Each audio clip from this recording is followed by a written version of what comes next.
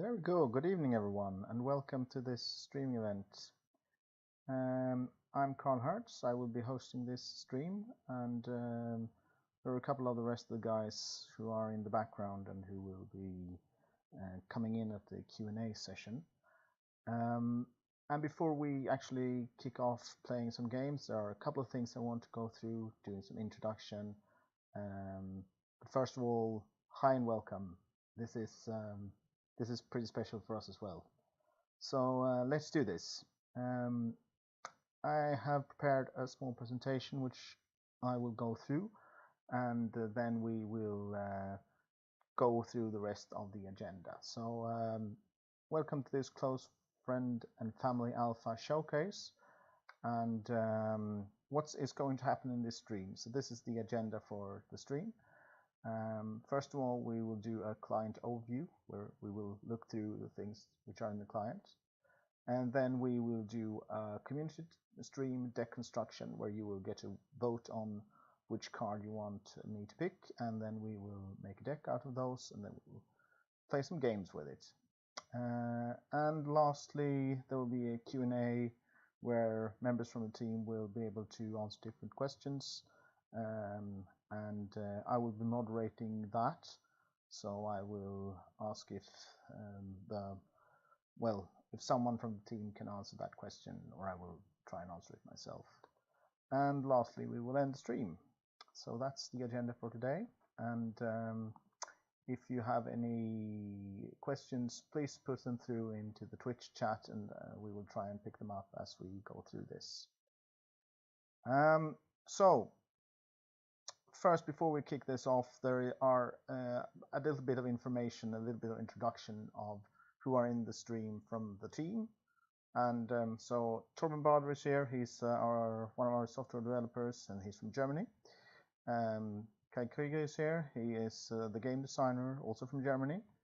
Tanguy Huis is here doing visual arts and music. I hope I didn't botch his last name completely, from France. And me, Carl Hertz, project lead from Sweden, and you're probably seeing me in the bottom right corner right now. I hope you do. So we will try and answer your questions. We will be in the Twitch chat trying to answer the questions. Me, I will be doing most of the talking, so I hope the other guys pick up on questions and comments from the rest of you.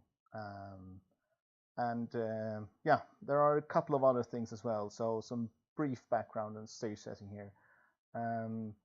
We were all big fans of Might and Magic Duel of Champions and in DOC.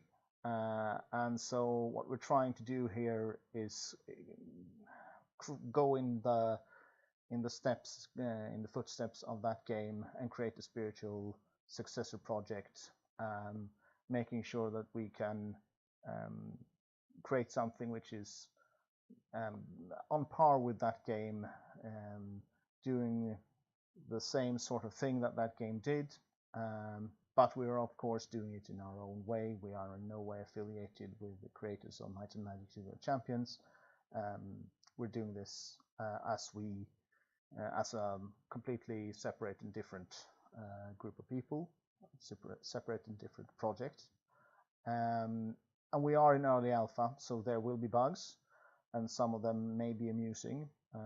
For those of you who have seen our YouTube videos, there are some unexpected behaviors which we will try to avoid, but which may come up today. So that's the brief background, and let's kick off with the next part of this, which is a community deck construction. Sorry, it's not. It's going through to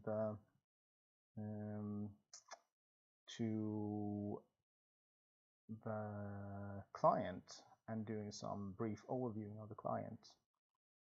So let's go back. So this is the alpha client, and we have to the left. Yeah, so one of the guys told me to turn the mic up a bit. I will try and do that. There we go. I hope that's better. So we have a couple of different things here. Play is, of course, playing the games. And when we go here, we will do that after we have created our deck. The card database tells us which cards are currently inside the game. Not all of them are in the collection right now, which means we can't play with them, and that's because they haven't been tested enough. Collection is the cards that this account has. So I have about 55 cards, card types, cards, and I have 177 cards in total because I have multiples of certain cards. Decks, this is where we do the deck construction, and then game rules, which will give you a brief overview of the game rules if you haven't played the game before. And I will just briefly go into the play section so you can see what we have here. So we have a bit of ability to do quick play where you can play against another human player online. That's the thing that's currently implemented. We have a set of game rules. So right now we're going to do this on standard game rules, which means we need a deck with 59 cards, 1 hero, 8 events, and validation on only picking, well, basically Dominion cards because those are in the game, and neutral cards. And then we can go and select one of our decks. So what we'll be doing is we'll go into the deck construction, and I will do a brief overview of the deck construction before we go into the actual deck construction. So I will create a new deck, stream, I will spell that correctly, stream event deck 1, and we'll create that deck, and that passes information through to the server. So almost everything is done, almost every validation is done on the server side. So this is not a valid deck, red dot, because there are 0 cards in it, so it's not valid in the sense of the server. And when we go into it, we will get my card collection and the cards which will be in the collection as soon as the cards have loaded up. And there we go. So having said that, I just want to briefly go through the deck construction rules. So community deck construction rules, and what we'll do is we'll start by picking a hero, and then we'll pick about 30 creatures and 10 or so spells and 10 or so tactics, and we'll end by picking 8 events. And we need to pick at least 59 cards. If there are a couple of more cards than that, then there'll be a couple more cards in the deck basically. And if we somehow get to a stage where we haven't got 59 cards after we've gone through this, we'll end up just going back and picking some few creatures or spells or tactics or whatever to round out the deck. So those are the rules for the deck construction to make a valid deck, and there are some more rules. So voting will be done via Twitch chat. Please don't spam, don't type the same card over and over and over and over again until you've got in your way. Type things once and we'll see basically which is the most popular card, and we'll go with that, and then we'll repeat the process a couple of times to get a full deck. If we choose a card, we'll pick as many of that card as we can. So if you choose a card which I have 4 or more of, I'll pick 4 or more cards. If there are 2 cards, I'll pick 2 cards, and so on. This is to make it so that we don't have to do deck construction all night. And we go into picking events when we have 51 or more cards in the deck. I hope that's understandable for everyone. And I will now go into the game again, and I will look at the Twitch chat, and I will hope that that my colleagues will be telling me which cards to pick. So please go ahead and start voting in Twitch chat.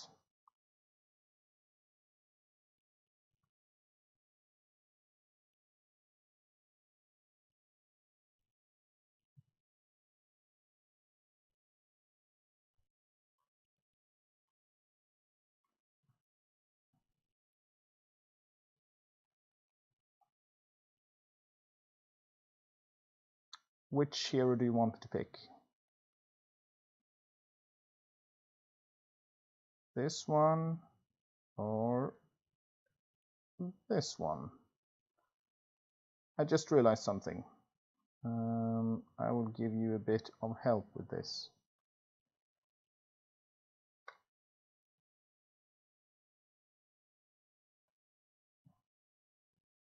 Choose a hero while I do some things in the background.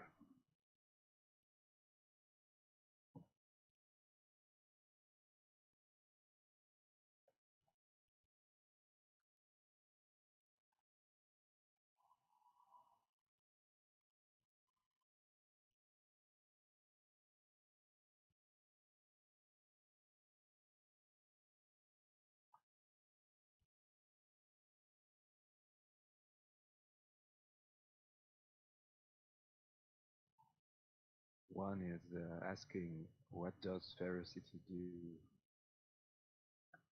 Okay, so there's a question about what ferocity does. Ferocity allows the creature to attack the same turn it comes into play, but it can only attack another creature, so it can't come into play and immediately attack the hero.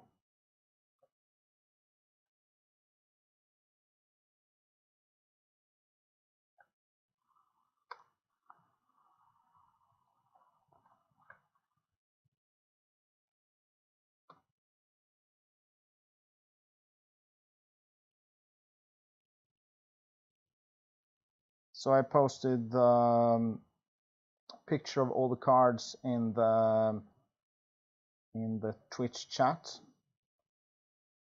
and I'm looking at the Twitch chat to make sure we have a good idea of which card you want me to start with.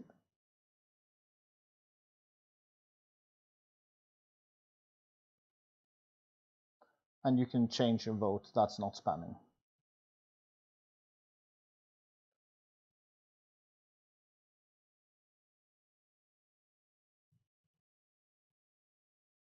So first hero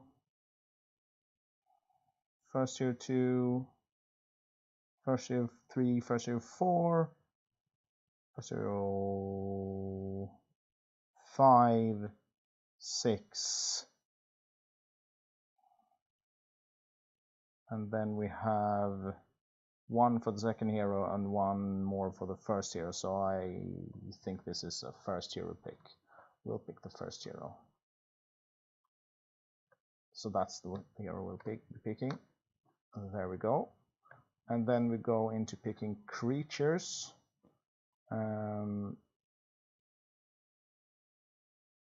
Yeah. And there are a couple of creatures which are not good at, which will not be good if we pick them, and we'll make sure that you know if we try and pick one of those. So which creature do we go for next?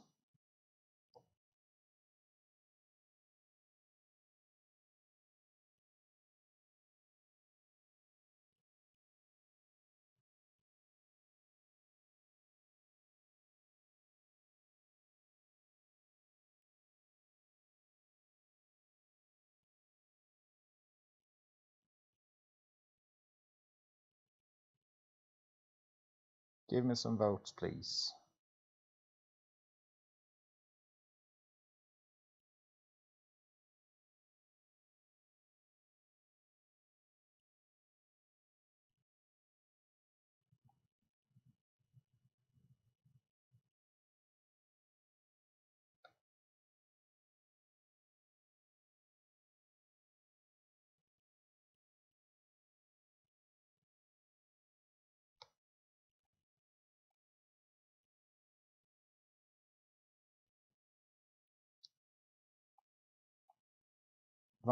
one vote on one drop with Frosty, one with number 1 card.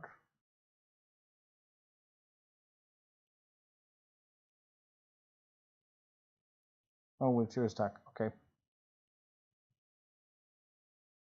So 2 Druid, 1... Another with Ferocity. 2 Frosty. No, Furious Attack. So there's a bit of confusion. This one has Furious Attack. This one has Ferocity. So are we talking about card number 2 or card number 6 of the cards that we're looking at now?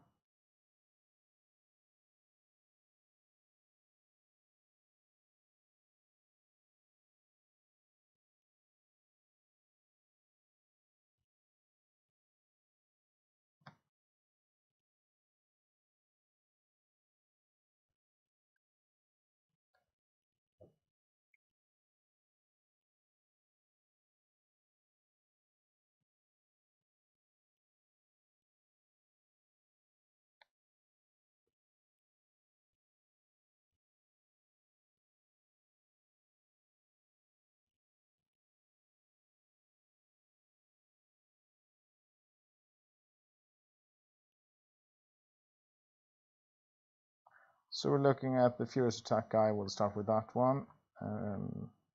1, 2, 3, 4 of that one. And the next vote. You don't have to vote on the cards I'm displaying.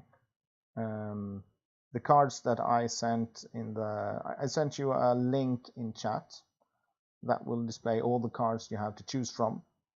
So if you want something completely else, just tell me its name or its cost or something, and I know how to proceed.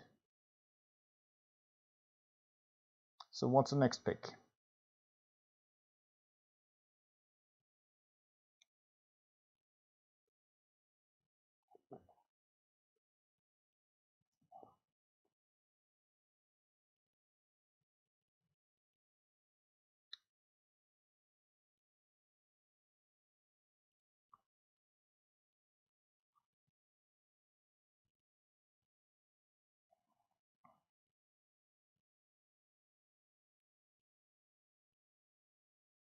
So one for Astari Night Stalker, one for the Tarantula, one more for the Astari Huntsman, one for the not one more for the Astari Huntsman, one for Astari Huntsman.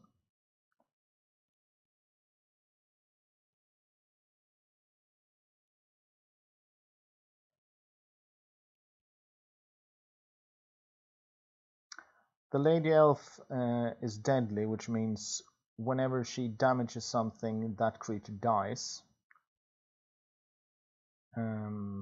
So there will be a counterattack before that, but basically that's a creature that will kill anything it damages.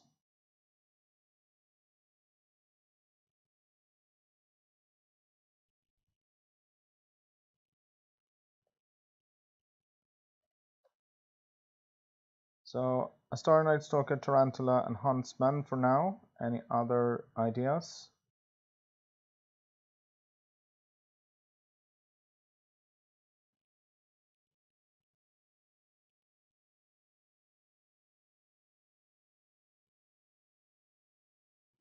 Some more votes, please. Come on.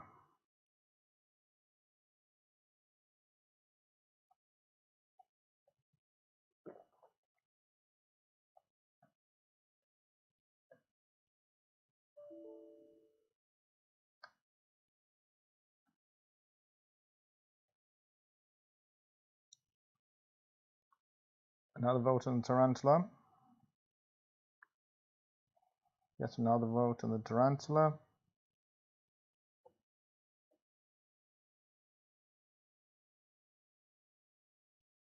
So that's enough for the Tarantula, I think.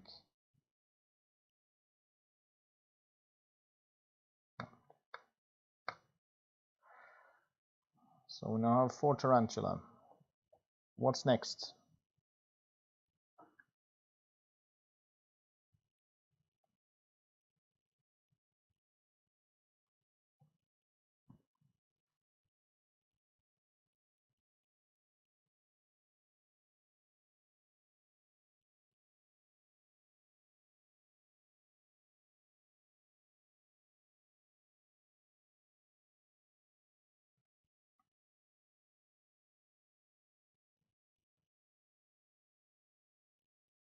So lady with wolf, 1 vote. 1 vote for the disgraced house captain.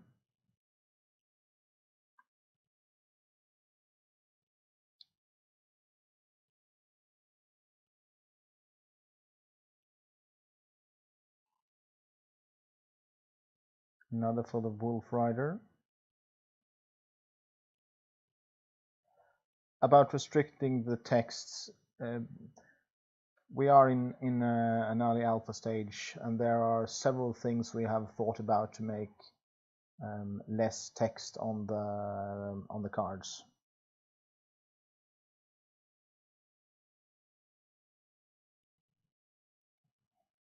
Three for the lady on the wolf, 1 for Darkpool Scout, 1 for Raging Bull. When you say elf lady, which elf lady are we talking about?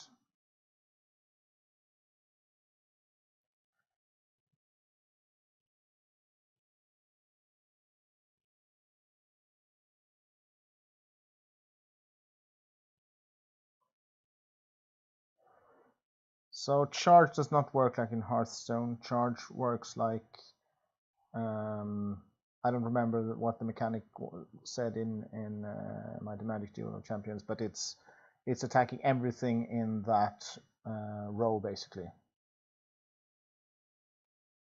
So if you deploy the Raging Bull, it will attack both creatures in front of it, and if you use Ferocity on it, it will attack both creatures in front of it immediately.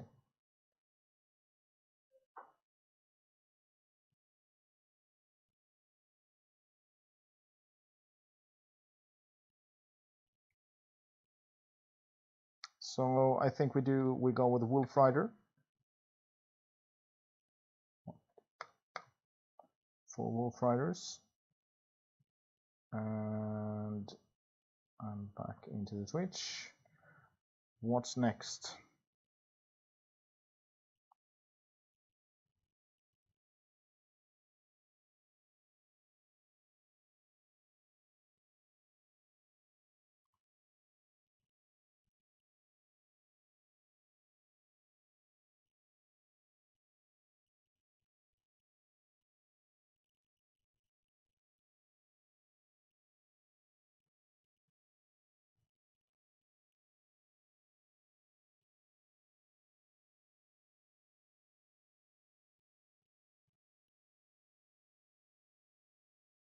A Starry Night Stalker.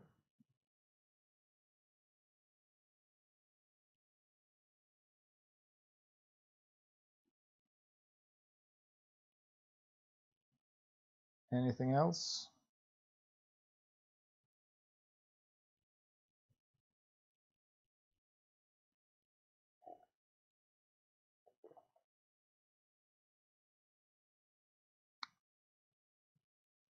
Starry Night Stalker and Darkpool Scout.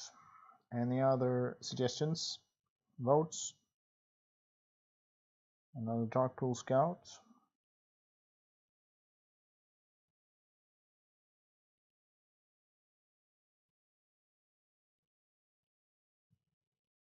Three for Darkpool Scout.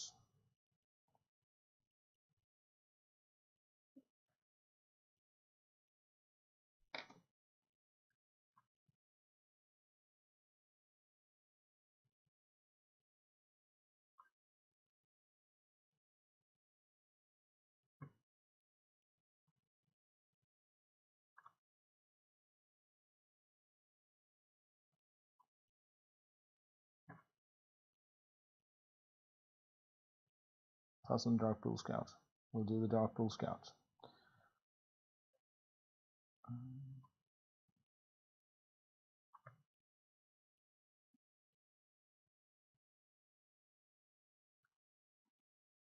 Where is the Darkpool Scout? House Captain. Huntsman. Bull. There we go. 1, 2. Darkpool Scout.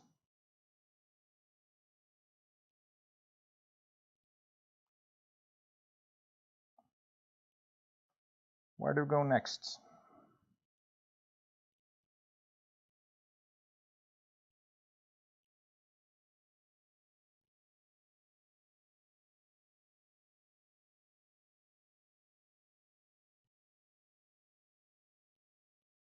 maybe we want to look at some more expensive cards as well. So there we go. Deeproot Elder. Any more votes?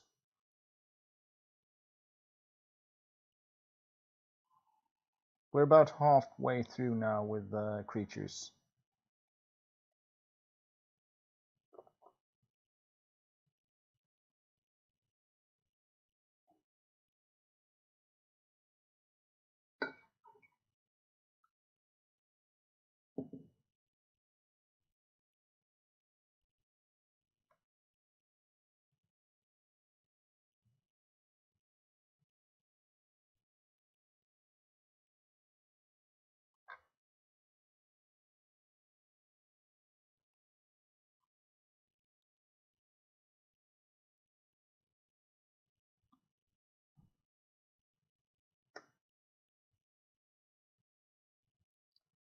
So there are a lot of people saying Deeproot Elder. A lot. 3 people are saying Deeproot Elder.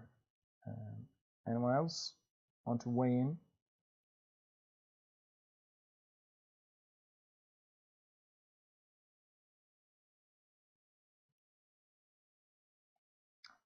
What Authority does is the same as Honor in Might and Magic Duel Champions, which means it will give any adjacent friendly creature +1 attack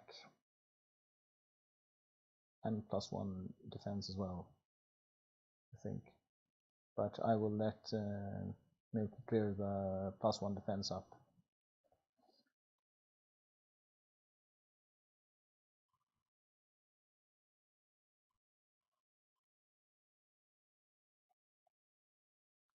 To answer a question about Kodari, it's a class of elves.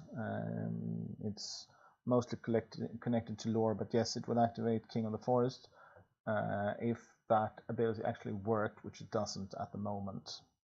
So the King of the Forest is basically a big creature right now.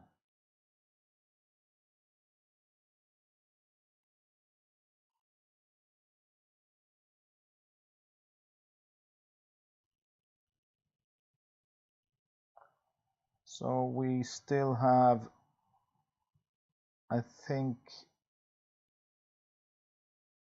we're looking at the Deeproot Elder at the moment, since no one. So Protector. Yeah, okay, we'll go with the Deeproot Elder. No, nothing is getting more than that.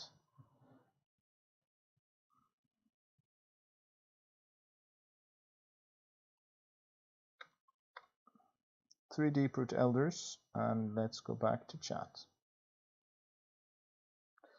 So what's the next pick?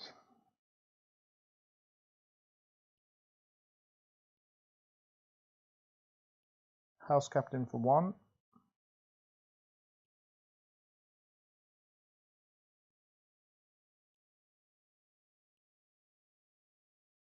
And we're currently at 17 cards. So a little bit above the halfway mark in the creatures.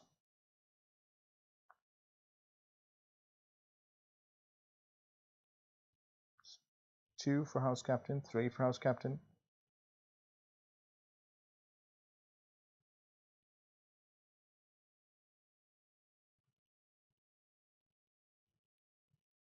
4 for House Captain. I'll give it a couple of more seconds and then we'll go with House Captain unless something happens.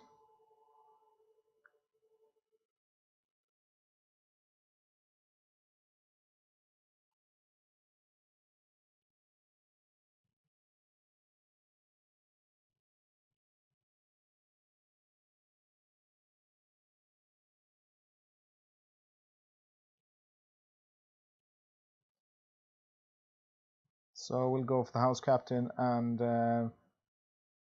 we'll see what comes next.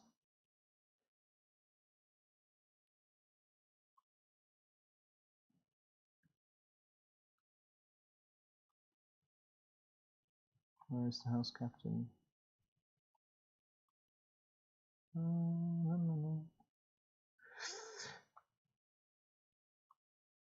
Master. Why am I not finding it? Night Stalker, Huntsman. I know what it looks like, I just can't find it. Have I gone blind? No, that's not it. There. 1, 2, 3, 4.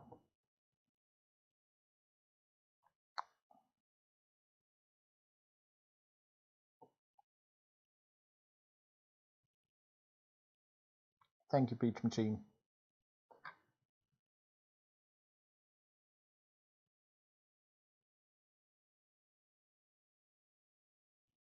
So, next pick.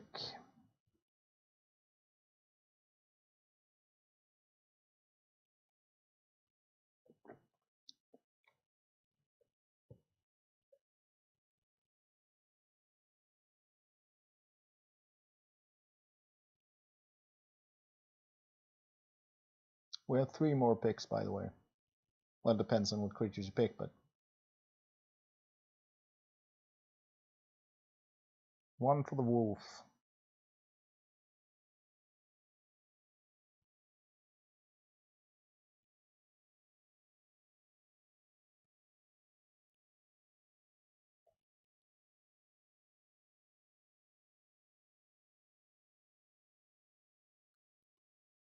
Another for the wolf.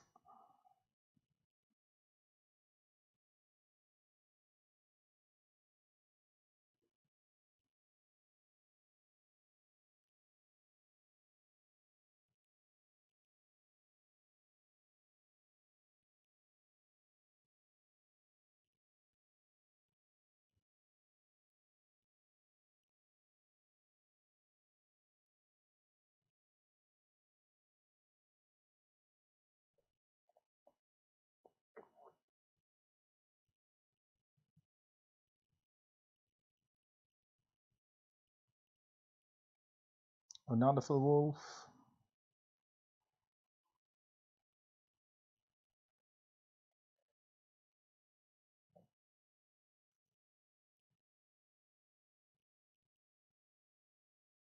Oh, yeah, I just realized cover 4 SS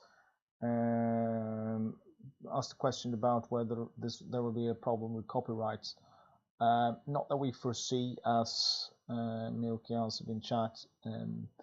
The thing is that you cannot what you can copyright, as far as we have managed to find out, is things like card images and actual cards. So if the cards are exactly the same as they were in MMDOC, that would not be good. Or if we used exactly the same kind of names for things, then those wouldn't be allowed. But the same concept or idea in terms of rules, that's not something you can basically copyright. Also, since the company who did MMDOC no longer has that property active, they can't claim that we are infringing on their revenue stream is not affected by what we do, basically. And I see a lot of votes for the direwolf to pass on to a completely different subject, so I will pick up the direwolf. 1, 2, 3, 4 direwolves, and we are now 2 picks away from ending the creature pickups.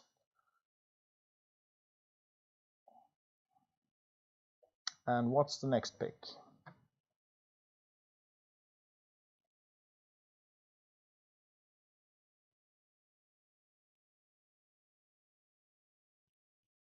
Let me just make sure that we're down there.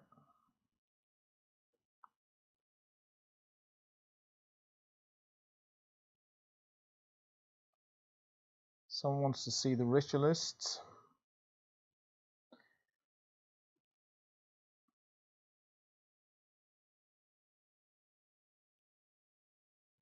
So to answer your question, Peach Machine, about whether or not we've contacted the current owner of the intellectual property of MMDOC to know what their stance on this project is, No, we haven't.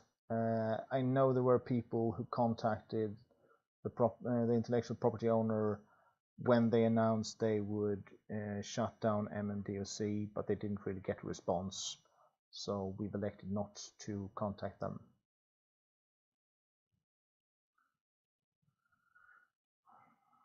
So we have 2 votes for Ritualist, 1 vote for Wardbreaker, but I don't think that Milk is allowed to make any votes at the moment. Another for the Bull. So let's say 2 Bull, 2 for the Ritualist at the moment. I will leave the question about whether authority increases both attack and counterattack to Milky for whether it should, and to Torben for whether it does.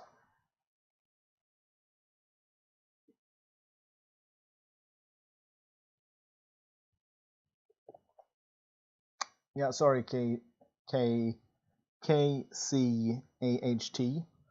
I'm not remembering the voting beforehand, so if you voted for something beforehand, I'm not taking that into consideration. I'm just talking about what people are telling me to pick for the next pick. So we're looking at the Bull at the moment.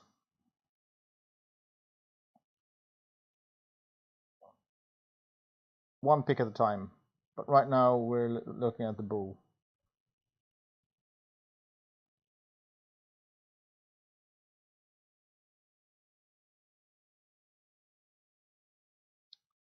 And I will go with the Bull right now.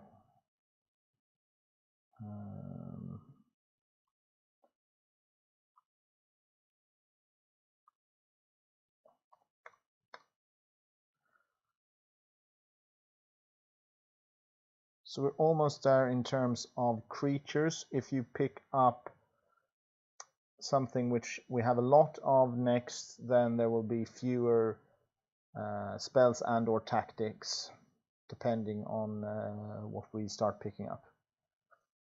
But the lost creatures, please go ahead.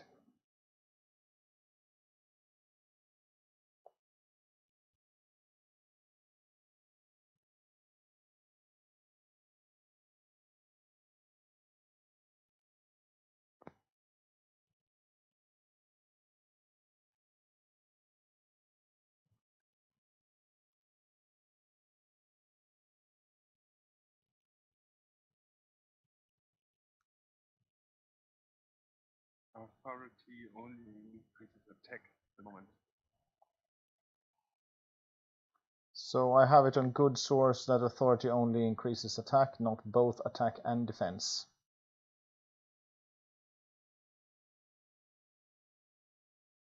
So 2 for Ritualist, 1 for the Huntsman.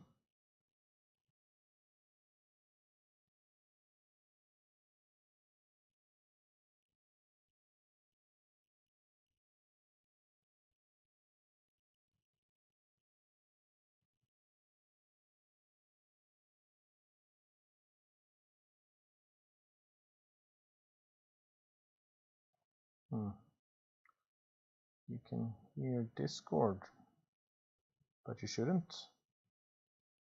Right. All right. So for the rest of the guys who are now talking, who are talking in my ear, if you talk in my ear, well, the stream will hear it as well.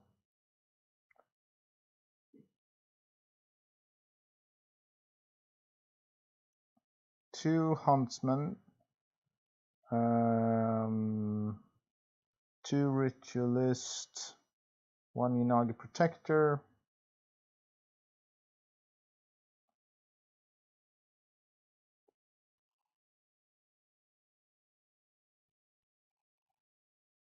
any more votes?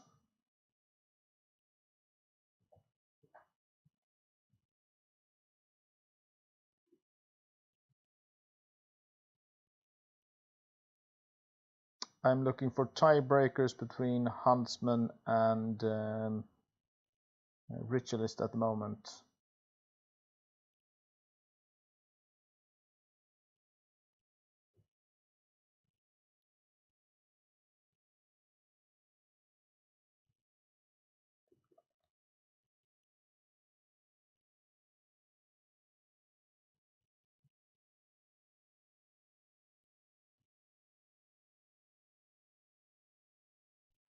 +1 Huntsman. So let's go for the Huntsman.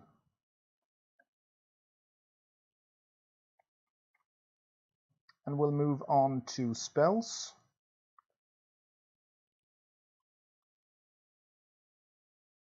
And the hero we have is a fire and nature hero, so only fire and nature spells. So here we have, these are fire or nature spells, these are cosmic spells, and there are a couple of spells down below as well. And I will let you start voting for what to take next.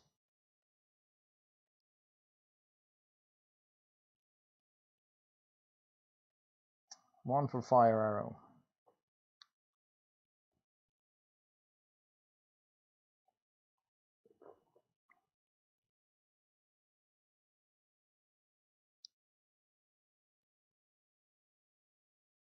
Three for fire arrow.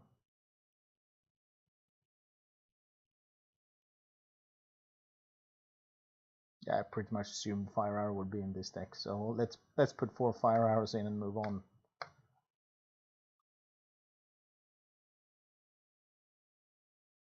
What's next?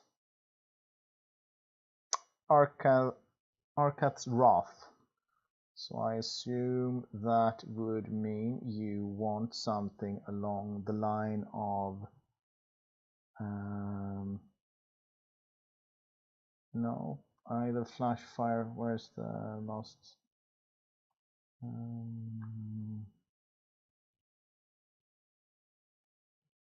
But there is no Arkat's Wrath, but there is a spell with a similar effect, which I can't seem to find now. So please give me flash fire. Yeah.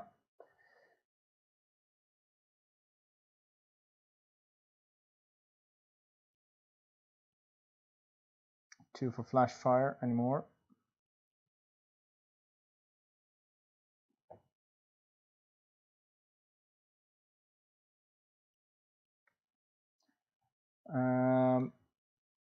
Cover for SS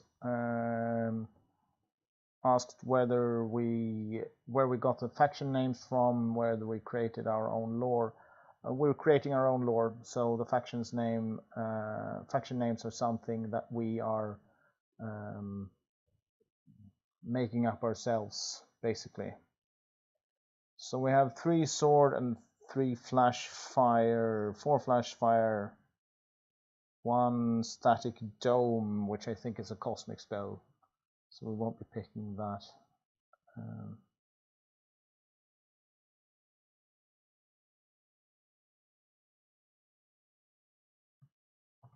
Unless I'm incorrect.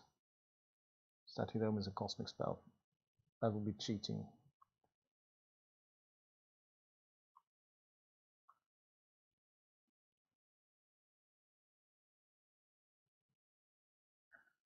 So let me see. Flash fire, flash fire, flash fire, sword, sword, sword, sword. 1, 2, 3, sword, 4 sword, 3 flash fire. Let's go with the sword. Oop. Sorry.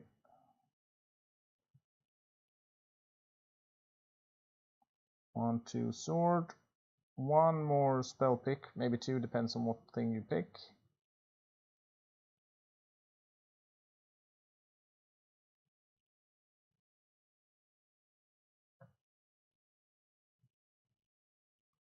Thank you. On the no one's gonna say if we cheat.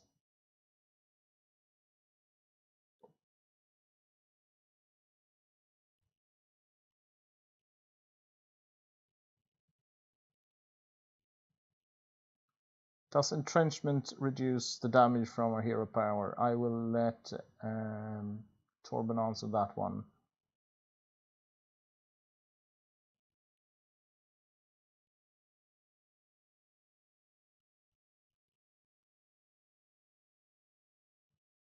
So we have Earth Armor as our first vote. No, it does not. Entrenchment does not reduce the damage from our hero power.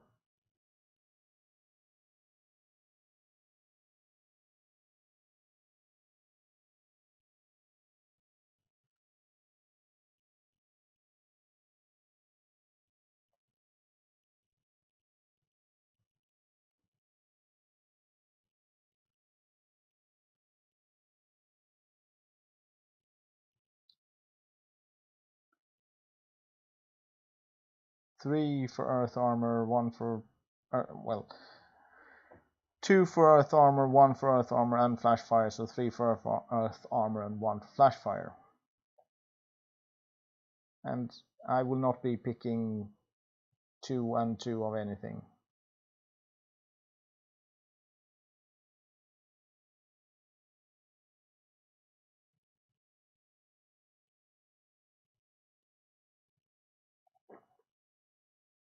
Any more votes?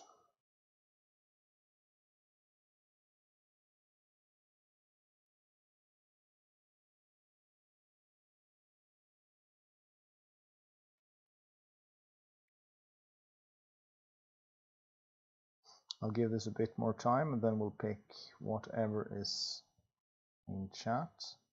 Right now it looks like Earth Armor.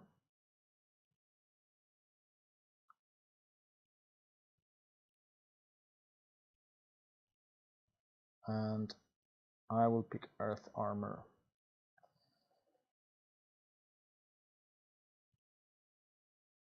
One, two, three. So that's good. We'll move on to picking tactics now.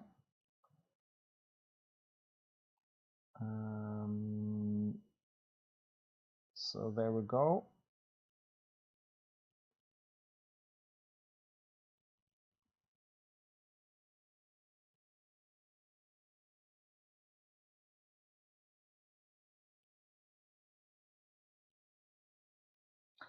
So the question about why carrion insects lower the max health instead of doing 3 damage, I will give over to Milky, or to Kai basically. Note that right now it will not lower by 2. It will lower by 3. It will lower by 2. 2 for vanished opportunities.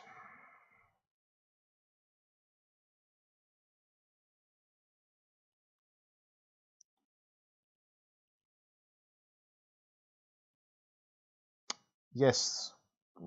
Well, creatures with 3 HP would not die from carrion because it only reduces by 2 at the moment, but they would die if we had if it actually reduced by 3.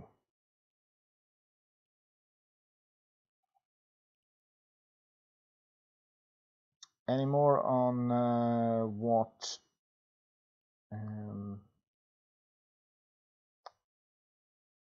tactics to pick? 2 for vanished opportunity, 1 for timely reinforcement, 3 on vanished opportunities.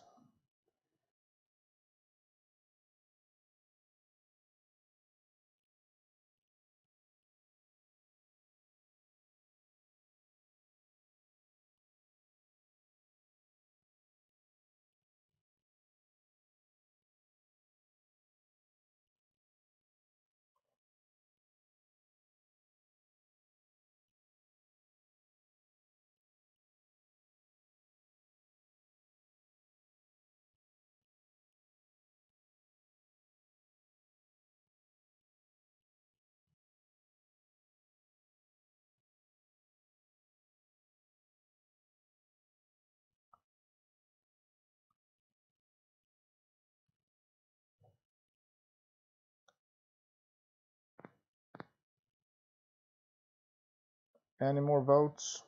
Right now we're looking at vanished opportunities.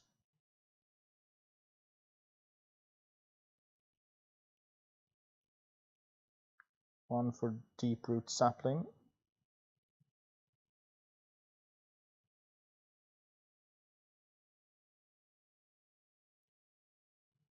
Another for vanished opportunities.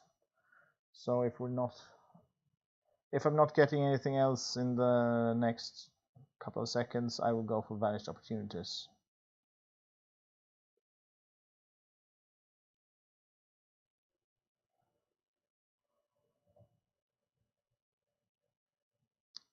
And we'll go with vanished opportunities.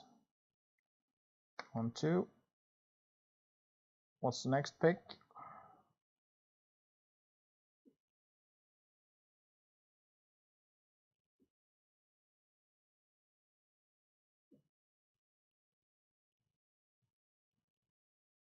Two time reinforcements for the next, well, time reinforcement for the next pick. One for time reinforcements.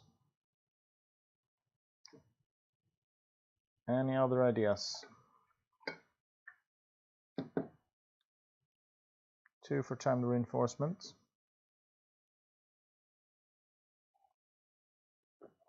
Three for time reinforcements. 4 for time reinforcement. Basically, when we get up to 4, I don't think we'll get anything that goes longer than that. So 2 time reinforcement, and the next pick is what? Another one for time reinforcement. Yeah.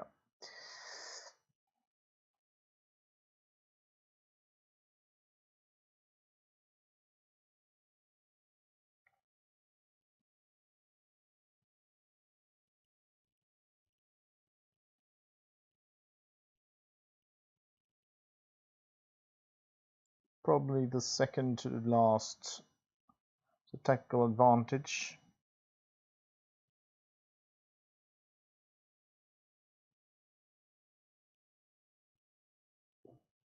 Two for tactical advantage.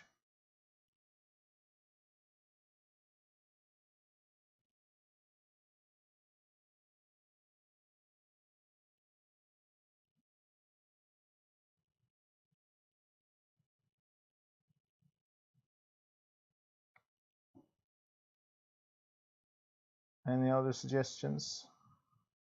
3 on tactical advantage. If I'm getting another one on tactical advantage, we'll have a tactical advantage.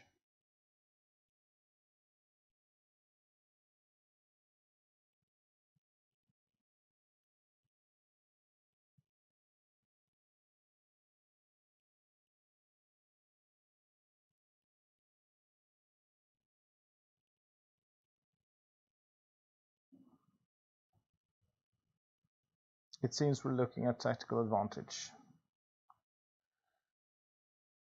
1, 2, 3, and we will need another couple of tactics. So one more tactic before we go for the next phase, which is events.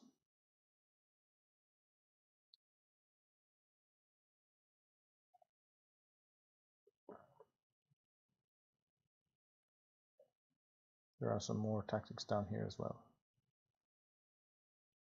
although they are pretty expensive.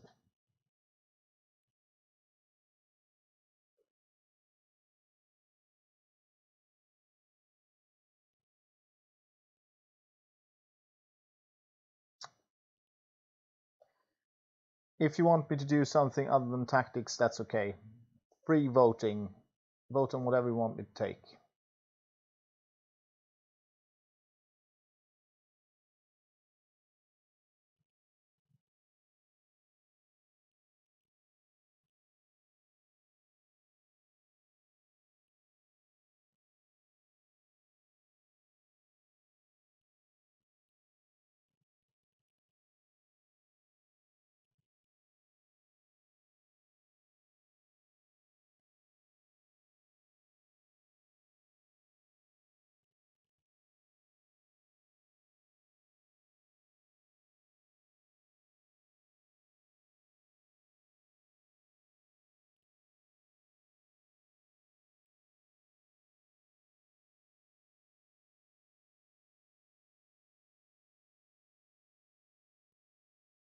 So take whatever you want.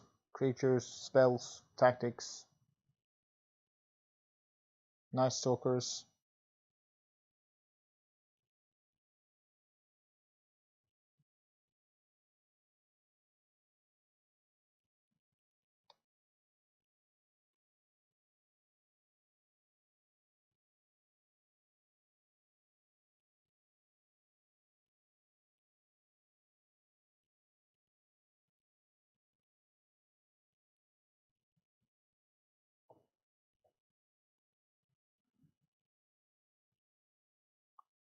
Any other suggestions?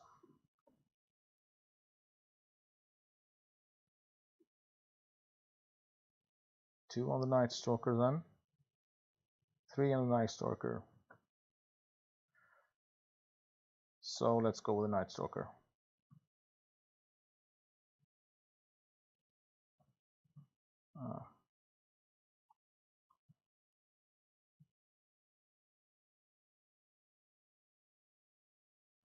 Yeah, that's...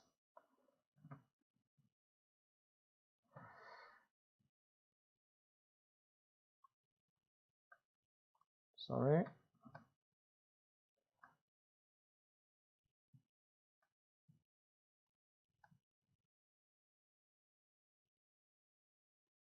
Yeah, the Night Stalker is really strong. Let me see. So we have 43. 43 plus 7 is 51. So we need 1 more card then. Am I correct in this? No. Let me check again. 43, 40, 43, 50, 51. 8 more. That will give us... Yeah, okay, so let's go for events then. I take everything back and let's go for events.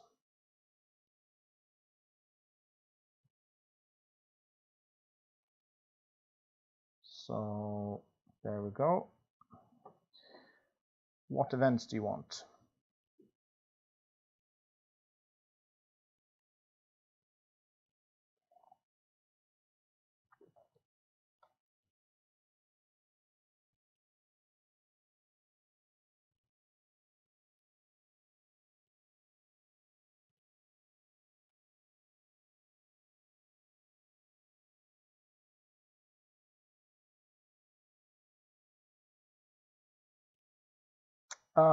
They don't see the events in the Yeah.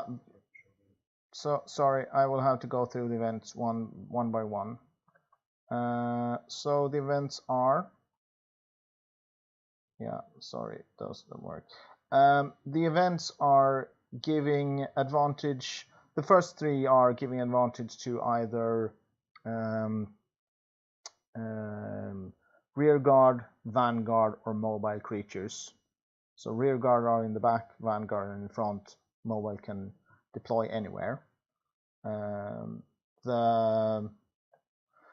So for the vanguards, it will enter the battlefield with +2 defense. For the rear guard, it will enter the battlefield with +2 health, and for the mobile, it will enter the battlefield with +1 attack. And these events are a bit more complicated. This is for card draw. This is for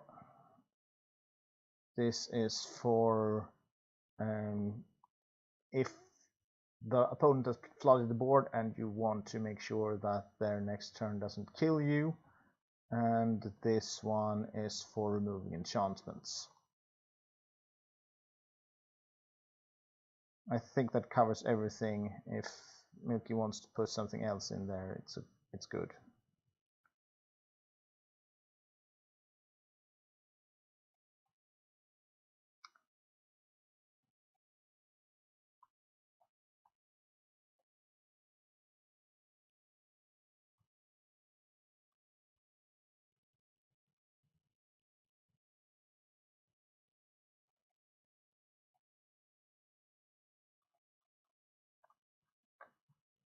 Also, I will post in chat all the different Yeah, that's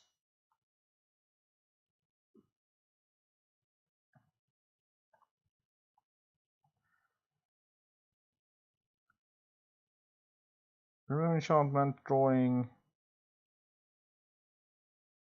anti-board flood to 3 anti-board flood, 4 anti-board flood. Let's go with anti-board flood. 1, 2, 3, 4. And what's the next event?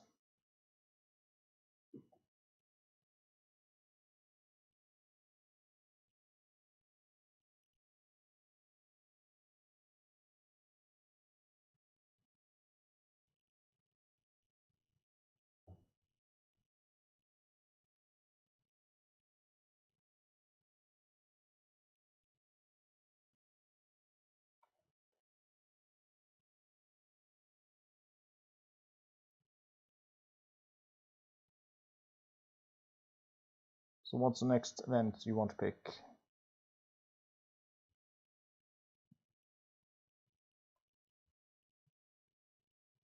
2 for card draw,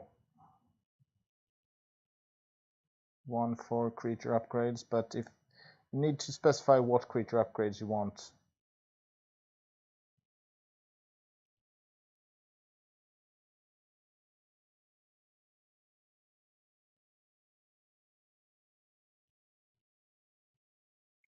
Another one for card draw. If we have another vote for card draw, we'll go with card draw.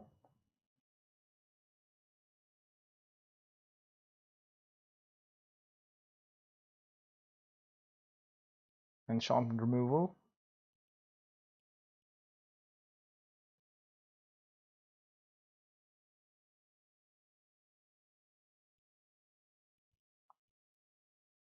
For card draw. So let's go with card draw. Make sure I'm picking the right one. Yeah.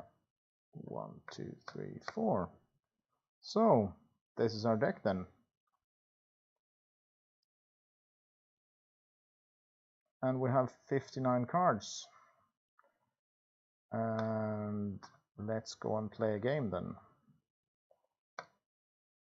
So before we do that, are there any questions you want me to address before we go into and start playing the game? Or anyone else in the team to start to address before we go in and start playing the game?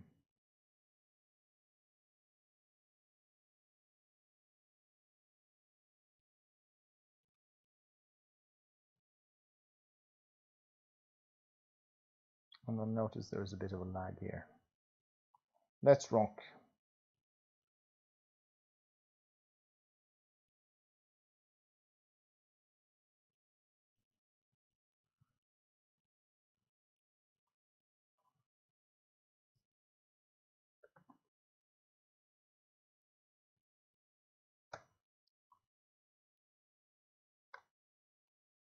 Let's find a game.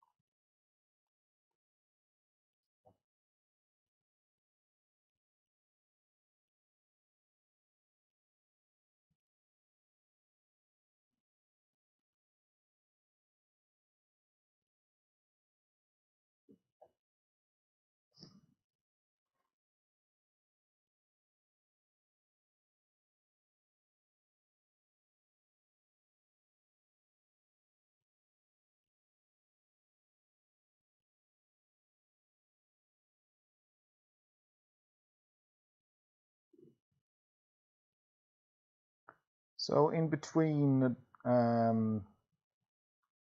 basically in between the turns, or when it's not my turn, I will look through chat and see if you want me to play something in particular, and try and work towards that.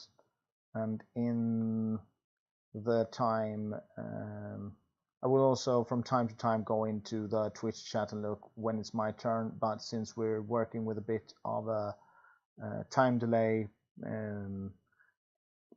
it may be that I miss things that you want me to do, and also it takes a little bit of time loading up the game. So I have now loaded up the game. This seems like a pretty poor starting hand, so I will not be keeping it. And we go first. So I will prioritize getting my strength up to 4, I think. And then I will, depending on the cards we're getting, I will probably try and get my cunning up to 2 to be able to cast this one, and that one. But first things first, let's increase might by 1, let's deploy a creature. And we're playing Milky, I see.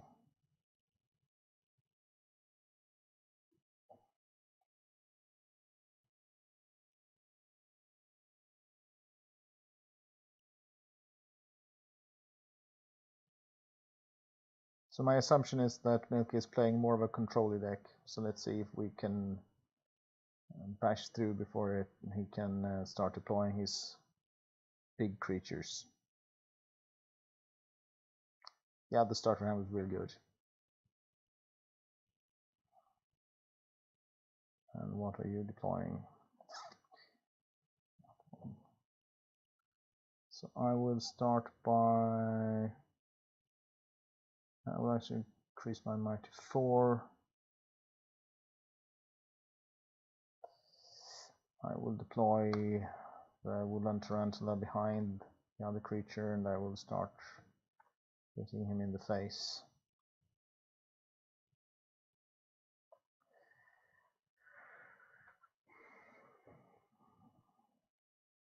About how we plan on balancing first player versus second player, we will probably do something similar to what MMDOC did with some sort of card that will give you one-time advantage, whether that be card draw, extra resources, or something else.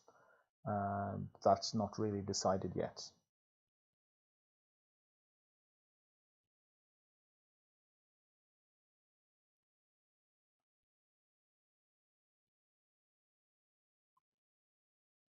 So I will increase cunning by 1, and I think what we'll do is we'll play out a Raging Bull here, and then we'll hit Milky in the face again, and let's go.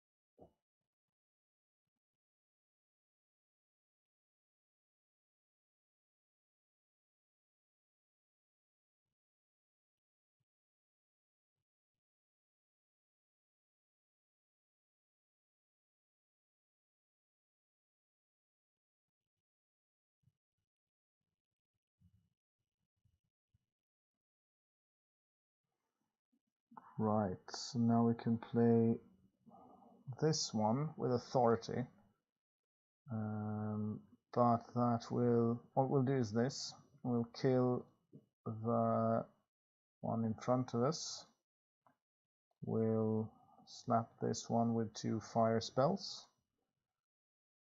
And we will... Actually, I think we'll draw a card. Yeah, for later on. We need to increase our magic, and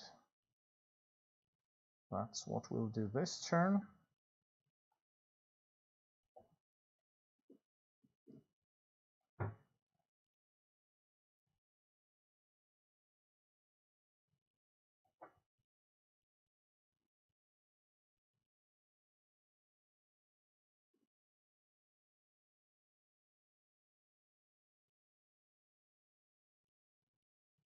So let's see what it does now.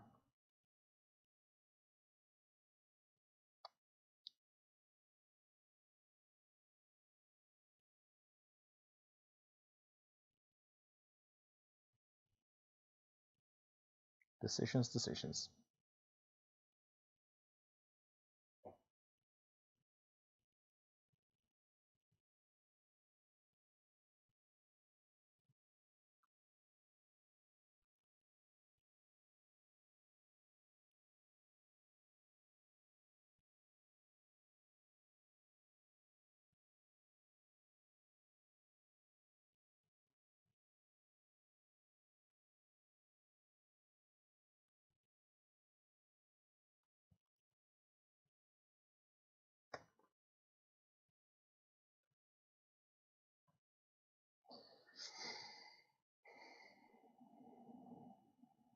All right. We'll do this, and then we'll deploy a house captain there, and then I will draw a card last, but don't think that's such a big deal because we're in beatdown mode at the moment.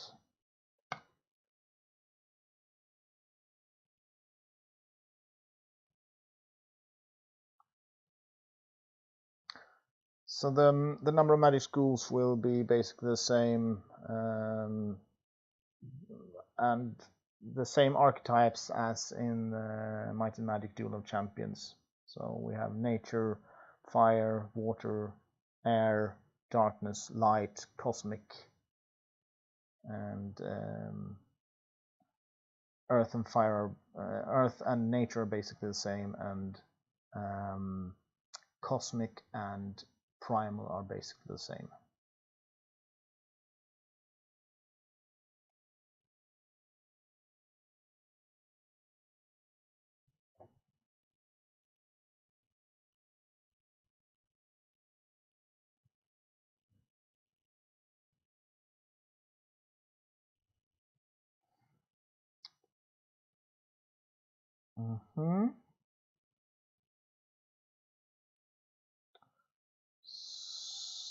So what I will do is I will kill that one.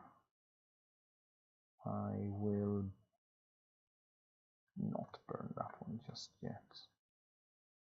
I will actually draw a card. Yeah, I will burn that one. And I will kill it. And then we'll do that. And then I'll deploy this one here. And then we're ending our turn. So the wolf actually has authority applied to it. There is a bug still, which makes it so that we are not seeing the +1 attack this creature has because it's close to an authority creature, but it has 2 attack.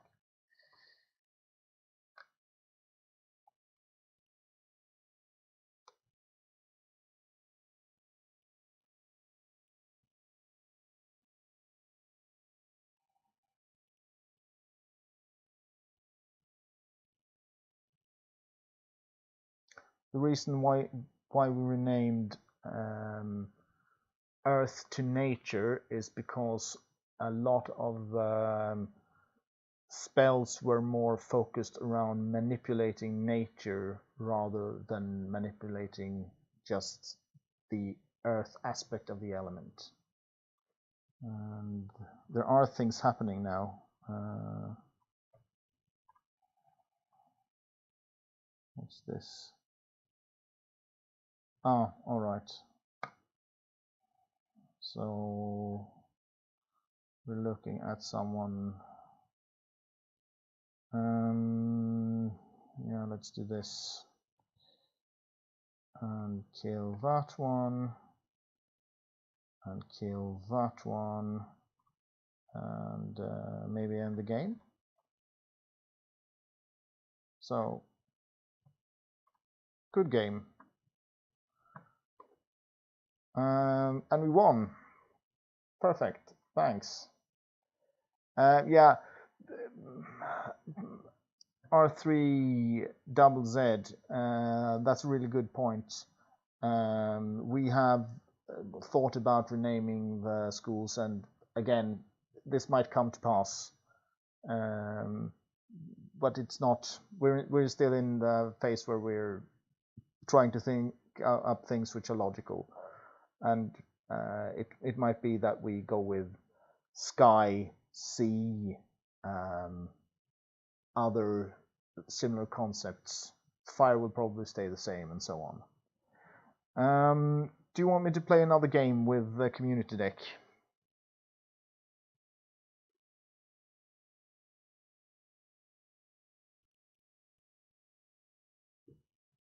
And yes, the community deck was pretty good. Let's see how it does against someone else if you want me to.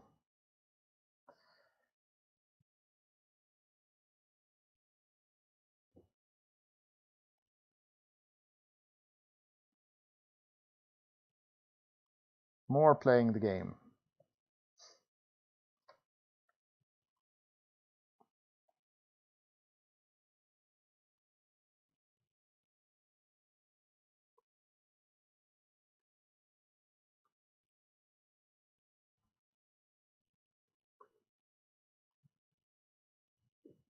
More playing the game.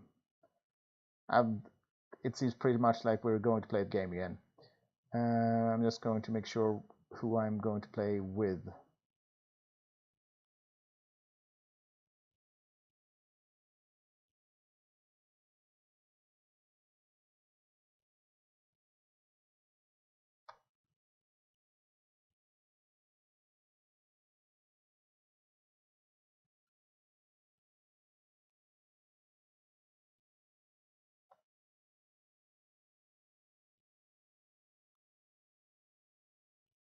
So I'll be queuing up for a new game, and let's see who I'm playing against.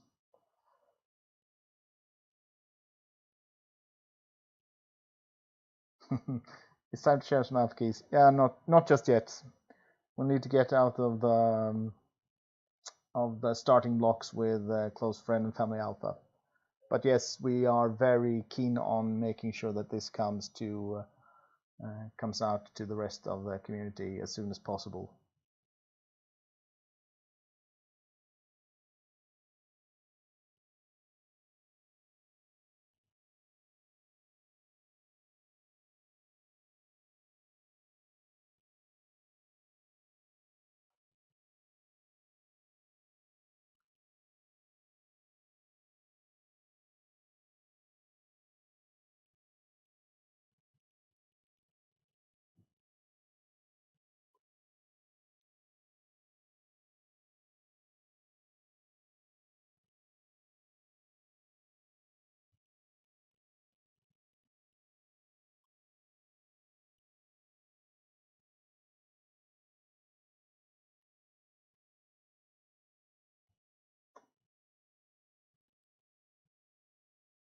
I'm waiting for someone to start playing a game with me. There's a bit of a technical issue on one of the other guys, so bear with us for a second or two.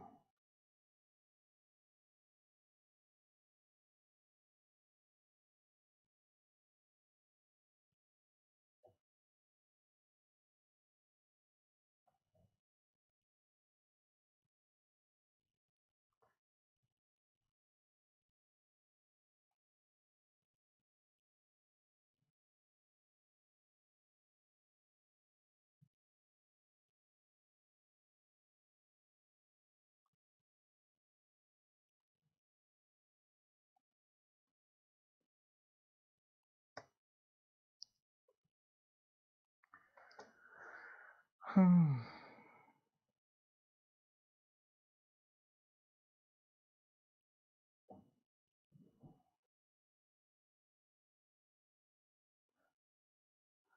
so what's the next step goals we want to achieve? So for those of you who don't know, what we're looking at in the client right now is our test client, which has been brought into a state where we can play alpha games. Now this client is based on Android, and that's a good hand, which I'm going to keep. So that this client is based on Android, which makes it so that it's pretty much, let's just say we don't want to release this as the end client, and I'm going to raise cunning by 1 to make sure I can play my tactics later on. And we're now playing Torben Arcanium here. Sorry, what was I? So yes, client. So we want to make the client come into an environment where we can deploy it on PC and probably a set of different platforms, but not just Android, basically.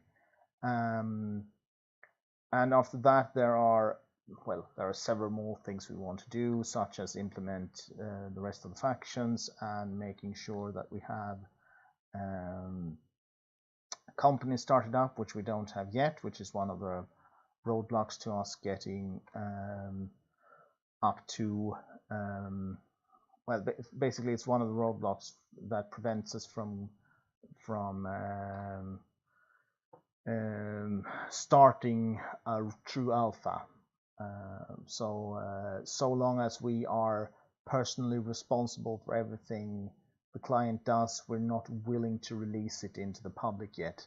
But as soon as we've started a company, this will change and we can start making sure we can do some more, some broader testing, basically. Because what we're looking at right now is a situation where we have a limited number of people who can do the testing, which means that any test we'll do is basically on bugs in the cards or in the client, but we cannot test things like, for instance, are we looking at a server which will hold up for a big server load, or are we is the server not able to withstand that load? And then of course we need to implement more factions. So what we would like to do before we go into an open alpha is have at least one more faction to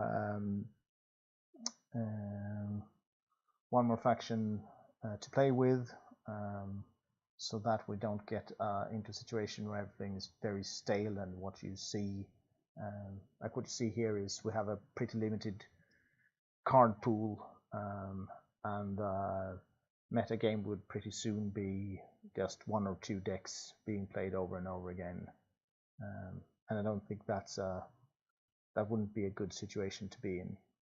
So those are some of the near future steps that we would like to take, and I think I will be winning this game as well, unless there is some thing major happening here.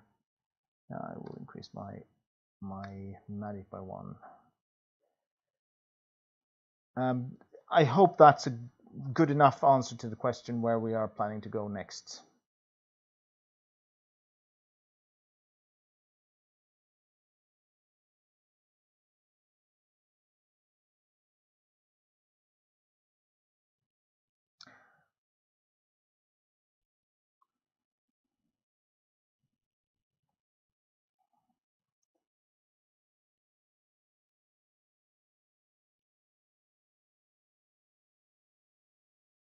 Yeah, I leave the question by KCAHT to Milky to answer in the voice chat. And please remember to bring it up.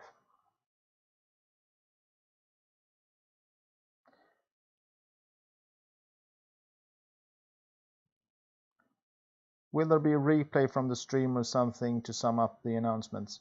I hope so. I hope that I made the Twitch settings so that the stream is retained, and I hope we can upload it to YouTube.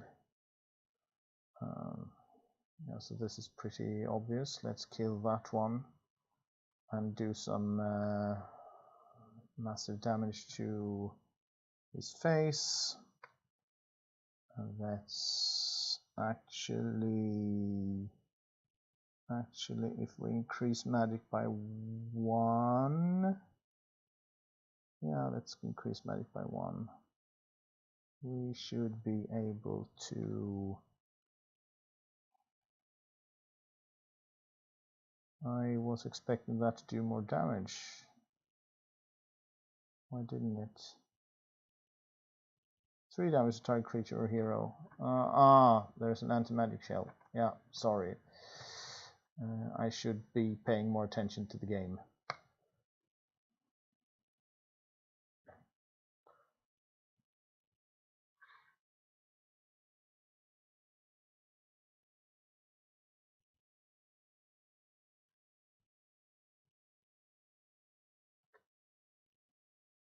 Thank you for coming, Didril.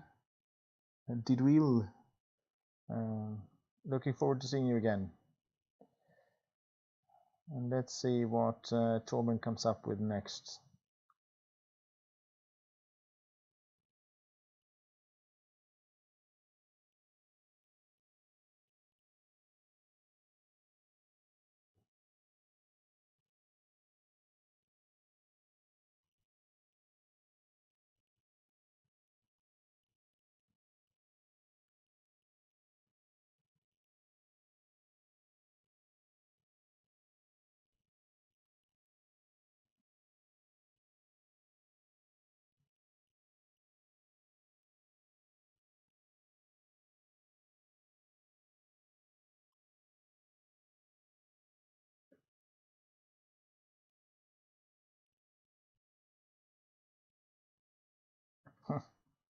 Okay. All right. So we could prolong this a bit, or we could just kill him.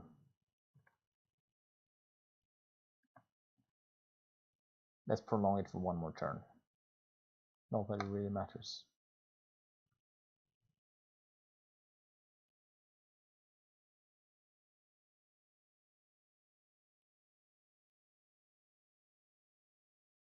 Let's see if he can do something now with his 3 magic.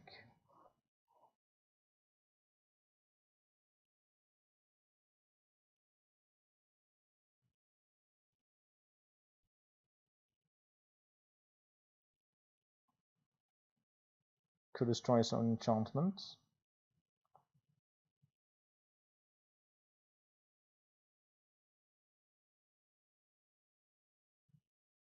So, oh look, big creature.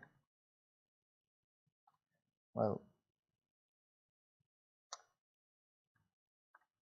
let's end this on Torben's part, and there we won.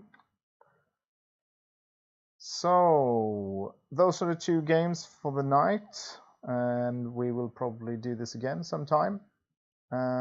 But now I think it's time for us to move into the Q&A section, and there's been a couple of questions asked ahead of time.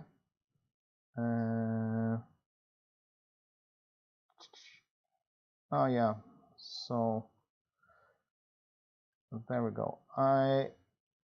We will now move into the questions and answers. As I said, I will just make sure that everyone can see the things that were sent in previous to this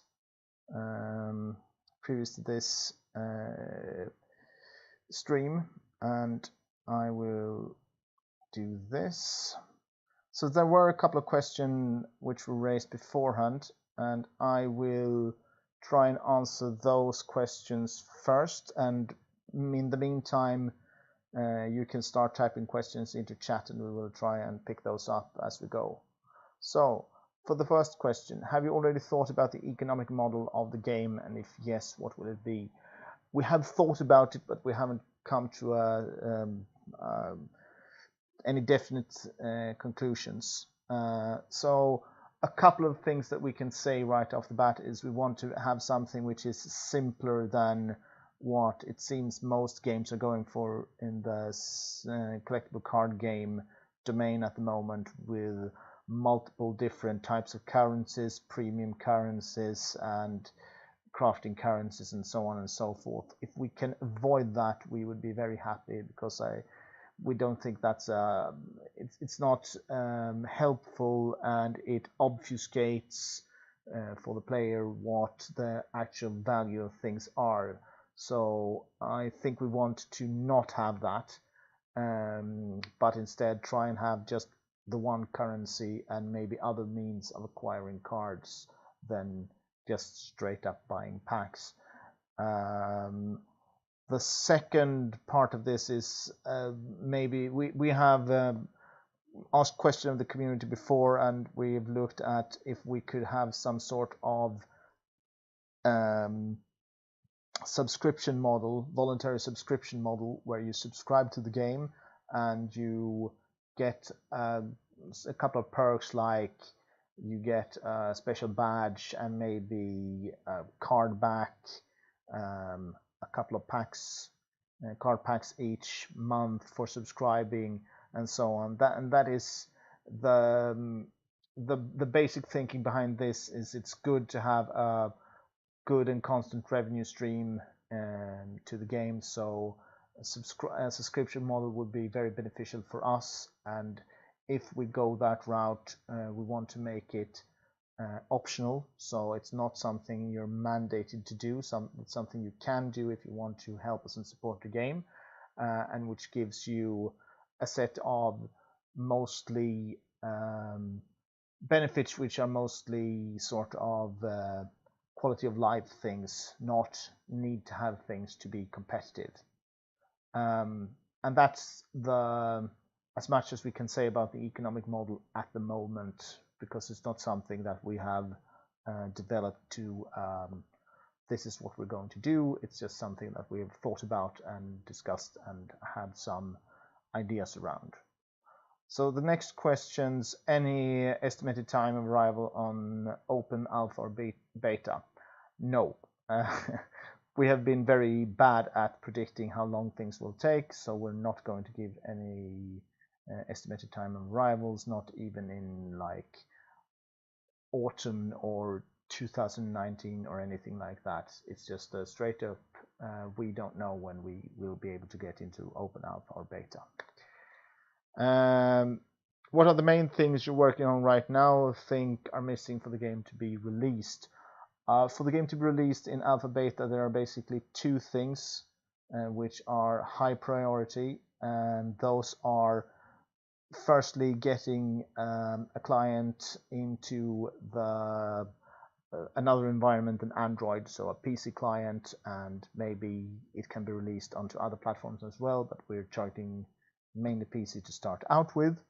And the second thing is we need to form a company, which we are, so that we have a sort of buffer between us personally and if someone wants to be, I don't know how to say this in a nice manner, but if someone wants to do legal jiu-jitsu on us, we want it not to be on us personally, but on the company that we're going to start up.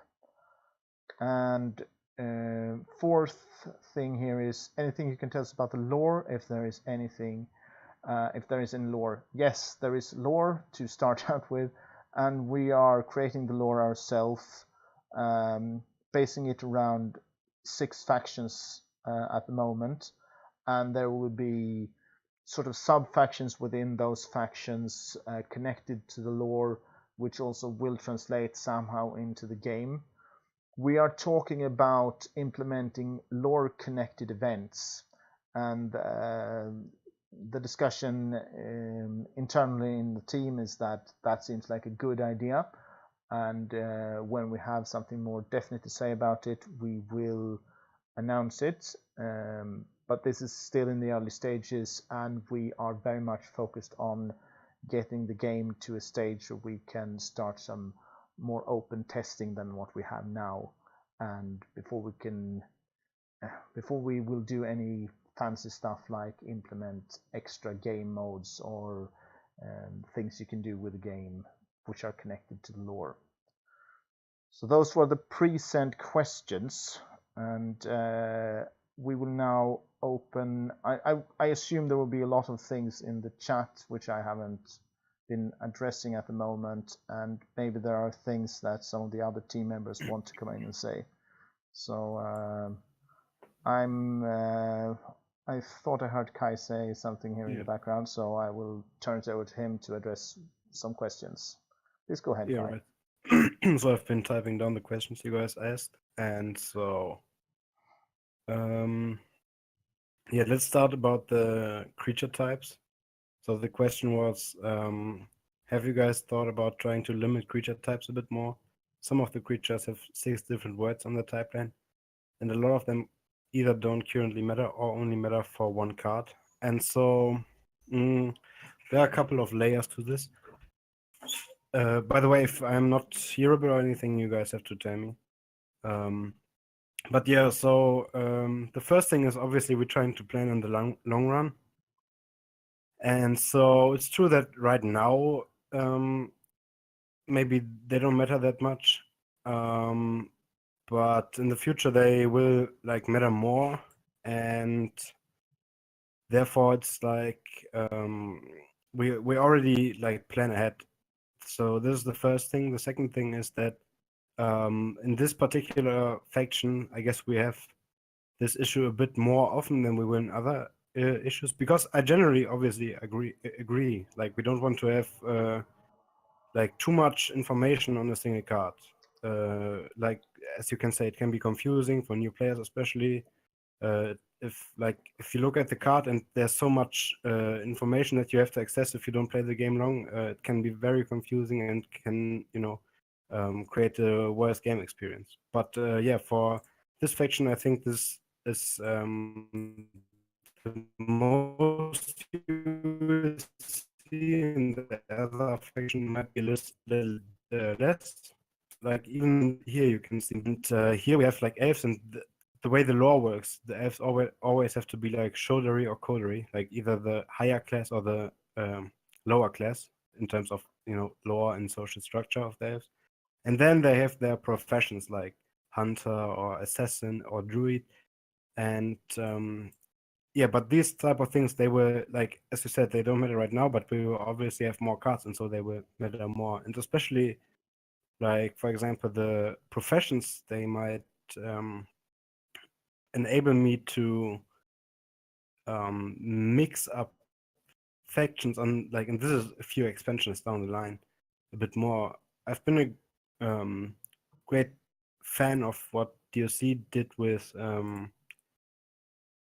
creatures that were aligned to spell schools, that you have the cycle of legendary creatures in DOC that were assigned to spell schools. They were neutral, but you only could play them, like, if the one creature you could only play if you had fire, the other if you had earth, and so on. And I think this idea gives a lot of interesting design capabilities.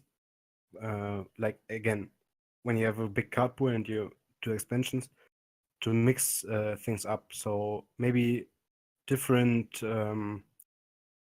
factions have the same cards with the same profession. Let's just say, for example, another faction has humans, and they also have some cards that are, for example, assassins. And so you also have like maybe some general neutral creatures that have this profession, and they might even be aligned to spell schools that are typical for these factions. So I think this gives a lot of potential to mix around some cards, if you know what I mean. Because in this type of games, compared to like Magic or other card games, you can't mix factions. They are strict. So I think this is a great way to, in the long run, keep things interesting because you can mix some certain elements of the factions, and it's also very interesting for the draft.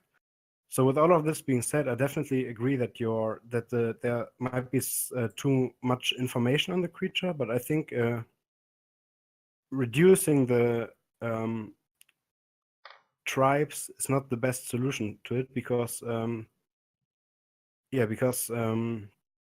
as I said, it gives a lot of different ways of design capabilities and the way you can design cards in the long run. So what I am planning to do is to try to reduce some of the other information with like images or things that can be more easily accessed or that don't like make the card look so spam full of information. So for example, maybe when a creature is magic, it doesn't say magic creature, but it has some symbol or it has maybe a different border that shows that this creature is magic. Or you may have symbols for rearguard, vanguard, and mobile creatures, or something like that. So I think this is more what the direction I would want to go in concerning this question. Just before we go on, I realized there's one question on my question sheet that I did not answer. So if I can just go ahead and briefly answer the last question here. How many different factions or races do you think of having at first? Depends on what you mean by at first. So there will be 6 factions in the end release, the final release of the first base set. But we can't say how many of those will be available in the first open testing. So that's the short answer. Sorry. Thank you. And do you want to address any more questions, Kai, or are there anyone else who want to address any of the questions? Yeah, so another question that I can answer is, can we expect Slowpoke, OTK, milling decks and the likes? The short answer is yes. Like, I don't really design cards in the sense like, okay, I want to make an OTK deck, but obviously some cards like enable these type of decks more than others. And I think it's just mandatory in any card game to have different types of cards for a lot of different reasons. There are many articles about this from different type of card game designers and everything, and just it serves different types of players. It is balance-wise more interesting.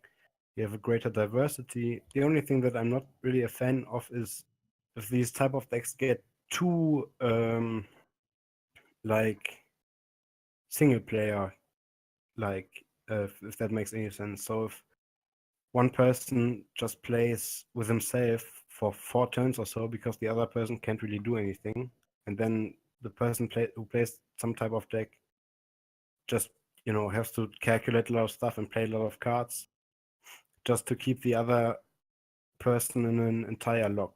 I think that's just very unfun and interactive. I want to have these kind of decks more interactively, so that the other person doesn't have too much of a bad experience. Obviously, it can suck if you like get OTK'd, but if you play in the turns before that, you have at least some choices you can make, and you can play in an interactive game. It's at least fun to a certain extent. Because at the other hand, another player might not enjoy it if one player just plays like the cheapest strong creatures turn by turn and then gets rushed down. So you can't make it so that every player will be entirely happy, but I do see the danger of these type of decks sometimes, that they can be too uninteractive, and that's what I want to prevent. But in general, you can expect these type of decks. The next question I have written down is how will you handle flying creatures? So, flying creatures, if I remember correctly, I'm thinking so much in Doctor terms, they're just what we call mobile creatures right now. And rule-wise, they will be exactly the same, I think. We just decided to rename them because I think it gives us lore-wise more options to design mobile creatures rather than flying creatures. Because with flying, if you want to have the way I come up with is like I come up with a card, and like what do I want to have for effects and what do I want to have for stats on a creature and everything, and then I think, okay, what can this card maybe fit in as a as a tribe? Or sometimes I also look at the tribe before, but generally that's how it is. And so like mobile creatures give me way more space to make things logical and not, oh, I have this flying creature now and I don't even have a tribe anymore that would have flying creatures, right? So I have to suddenly now design an elf with wings or something. So that's why we decided to rename this. But rule-wise, they will be exactly the same. And we also talked about, if I could just add to that, that we could use flying if we actually want to make special flying creatures and have flying mean something other than Yeah, exactly. particularly being movable between the lanes. It's what MMDOC did when they realized they needed something to move between the lanes, but which shouldn't have flying, was do something like um, melee archer something, which meant it Yeah, couldn't melee deploy. shooter, exactly. Yeah, and we thought that was kind of counterintuitive and not a very nice way of solving that problem.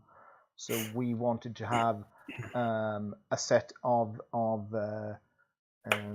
types of creatures, rear guard, vanguard, and mobile, which were specific in whether or not they were to be deployed in the back row, the front row, or anywhere, and then connect different sort of um, I don't know, abilities onto that. So if you're flying, that would be an ability rather than something that just tells you where you can deploy the creature, if that makes sense.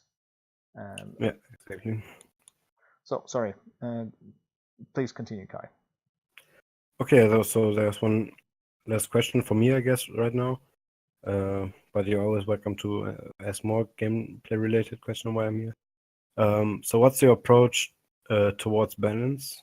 In MMDOC, some cards were completely unplayable, but were meant that way.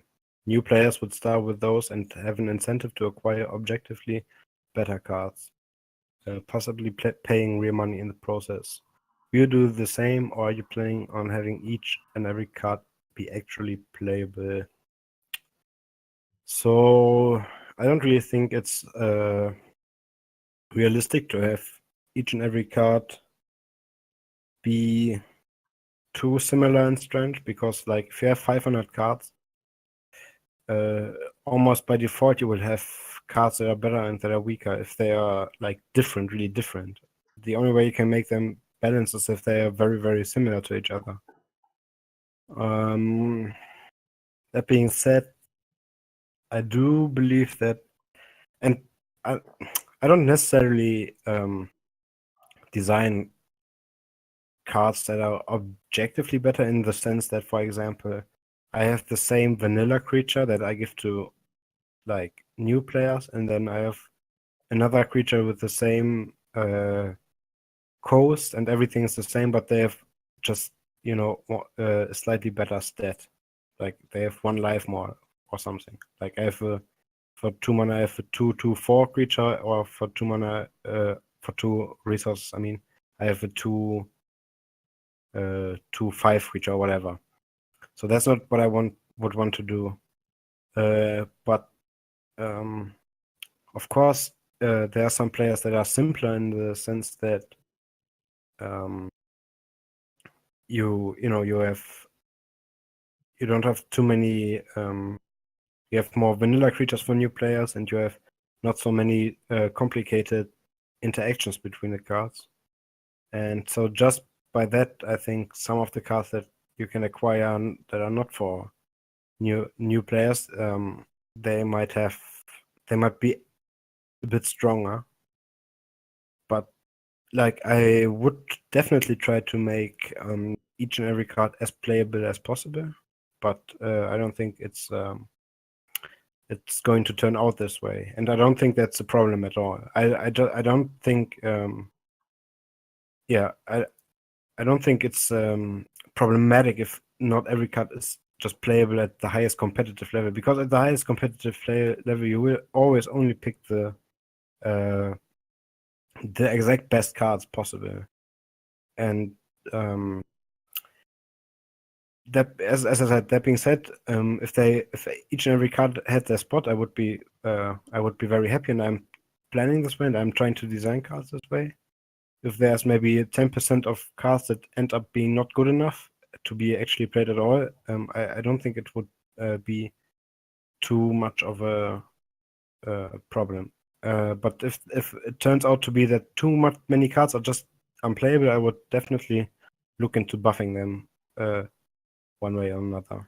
So yeah, I guess that's my sense. But I would never design cards in a way that I think, okay, this should be a weaker card. Yeah. So we're trying to collect the questions as they come up here. So I will address the question of what is the system of buying cards? Is it typical packs? And do you create some types of cards like common, rarity, legend, etc.? So we are creating. Just let's start from the end of that question. So, do we create types of cards which are have different rarity? Yes. So there will be different rarity, and the way we planned it in terms of card packs is to have some sort of size of the pack and some sort of distribution of cards where you are getting a set of cards which are typically common, a set of cards which are typically better. Better is not the right word, which are typically rarer than common, and so on and so forth. So, and then have a system where you can buy packs like almost all competitive card games or collectible card games have currently online. Exactly how the economic model will look, we can't go into detail, but that's the way we're leaning at the moment. Related to this, or another question on economics, have you thought about some kind of trading card market system? We have thought about this, and we are not done thinking about it. This might be something that we can actually that we might end up doing. Currently, I think we are leaning towards not doing this, and that has to do with if you implement a trading card market system, you have to make really sure your game does not become what should we call it, a place where you can launder money, basically. So if you can put money in on one end and get some sort of commodity out on the other end, you need to make sure we don't get people who either just use this as a way of farming for real money, which I don't think would be healthy for the game, or use this for laundering money, where they put in a lot of money to buy cards and then they try and sell those cards to get to clean it up through our game. So those are things we need to be able to address if we were to put in some kind of trading cards marketing system. So while those are risks and things we need to consider, and while I think we're currently leaning away from some sort of trading cards marketing system, I think what we might end up doing this, but we would have to make really sure we're not doing something which makes it so that people do things which are unsavory, let's say. Next question. Do you guys have or plan to create a Patreon or Kickstarter page to help on the game development? This is something that we have discussed. Before we do this, anything of this particular, anything like this, we would need to have a company, obviously.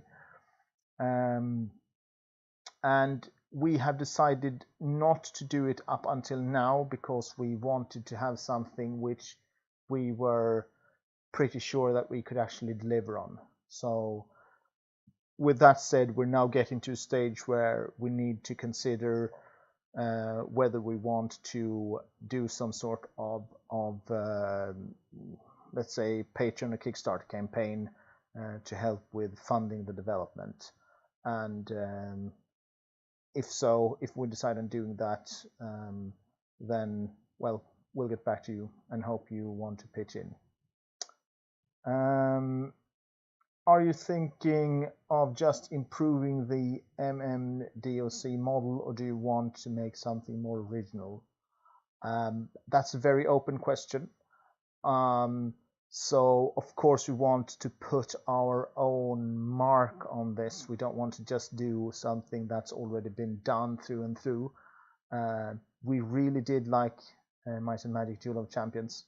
And the reason we are doing this project is primarily because we didn't want to let Might and Magic Duel of Champion just die from for whatever reason it died, if it's mismanagement or if it's just something else. But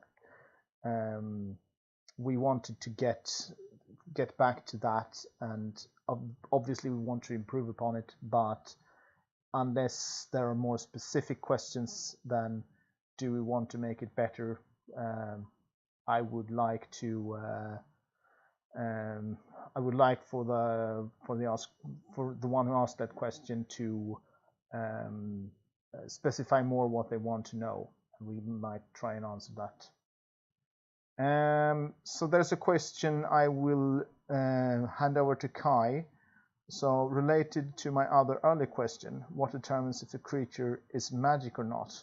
Looking over the cards, DOC card document, I think, it feels pretty random. And maybe we need to do some back and forth here, but I will hand this over to you first, Kai, and then maybe I will weigh in on this, because I think I might be a bit of a culprit in this situation. But you go ahead and try and answer this first. Yeah, so what determines this is me. I just, as I said, I'm coming up with the cards, and I'm coming up with them like in a, in a document, and I'm thinking of all the cards together in a faction, and so I obviously want to have a balanced amount of magic creatures and non-magic creatures within a faction. And I also, there might be some tribes, for example, where it's just logical if one card is magic or one is not, but I can definitely see a point here in the regards of elves. I think they definitely, in some cases, might seem a little bit random, if you want to say so, but that's, as I said, I just design the elves and make them like, I consider gameplay reasons first, and then the other guys have to come up with something that makes sense. And yeah, and I guess in the cases of these elves, it's hard to do that. Yeah, I will just add on to that so the way this has been divided is that Kai did the design for all the creatures, but I did the naming for all the creatures. And sometimes it might be the case that I didn't look enough at whether or not a creature was magical or regular, and add something to the names to make sure that it is a magical sounding creature, which might become something of a point of confusion for you, and we'll try and do better in the future. So I suspect Kai and the rest of the team will agree with me that we are currently not in a position where we are trying to make the perfectly balanced gameplay, because we can't, because we have one faction to work with at the moment, and we need to do testing on that. So what we're looking at now is putting something out there that will help us start doing that kind of testing, and it will also be the case that we will change things. So whether a creature is magical or not might change, and also creature names or card art or abilities might change in the future. Do you want to add something to that, Kai, or anyone else in the team, basically?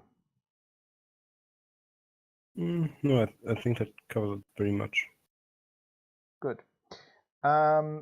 So yeah, the next question I've picked up is also for you, Kai. So, Yeah. are we planning on having large creatures with weaker stats but lower requirements? I feel like the most obvious bit of design that NNDOC never got around to exploring. For example, a 3/3/8 ghoul for 5 mana, which would still need 5 might. So, if you want to address that question, please go ahead. So yeah, I guess so, but not necessarily too much. I think there will be a few things where we have like weaker stats and therefore lower requirements. But what I definitely get into more is have more diversity in the requirements of all the card types. If you played DOC from the beginning, you will know that they actually changed that even during the, like, I think third or fourth expansion around that time, because from in the very beginning it was like really only like the 4 creature always had 4 might, and then eventually they started to play around with it and they rebalanced a couple of cards and changed their stats even. And I think the problem was obviously that they hadn't planned it this way from the beginning. So, they couldn't plan it in the long term right from the beginning. So they had to change stuff. And ultimately, I also don't think, not only in the case that you mentioned, but in general with the requirements, especially of creatures, I think they didn't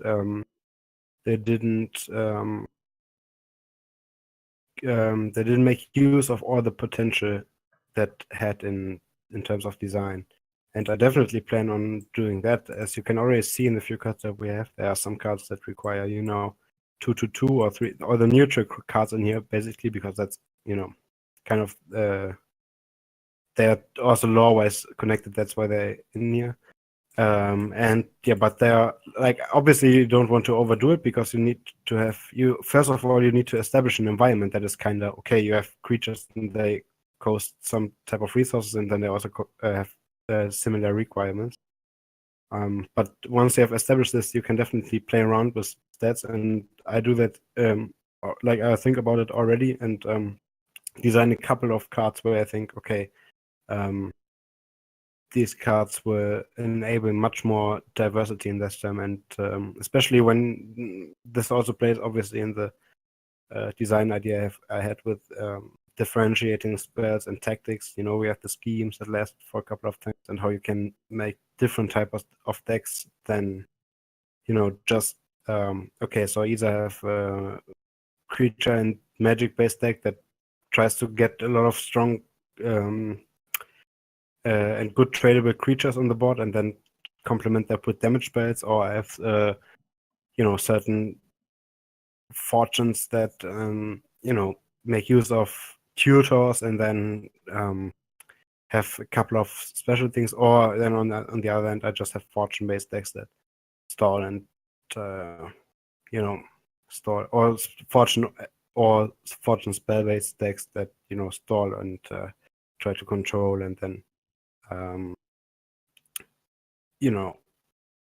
win in the late game. And so I definitely want to explore that way more. But obviously still keep a certain standard established, because otherwise it wouldn't be fun to explore these things. Good. So the next question is how many artworks we have created for the game, and I will go over to Tanguy to have him answer this question. So, if you please, Tanguy. Yeah. But how many artworks have been created for the games? For now, the number of artworks is 68, I guess, without counting some sketches or something like that, rough testing or things like that. The next question about art is about artwork. I think art are really awesome. Thanks. But too dark for me. I would make the wolf of 538 Little Brothers. Yeah, about that, some artworks will have an upgrade as my level improved during this journey, and some aren't filling our need and aren't filling what we want anymore for the game. So yeah, some artworks will have a kind of upgrade with my current level, and it will be for the good.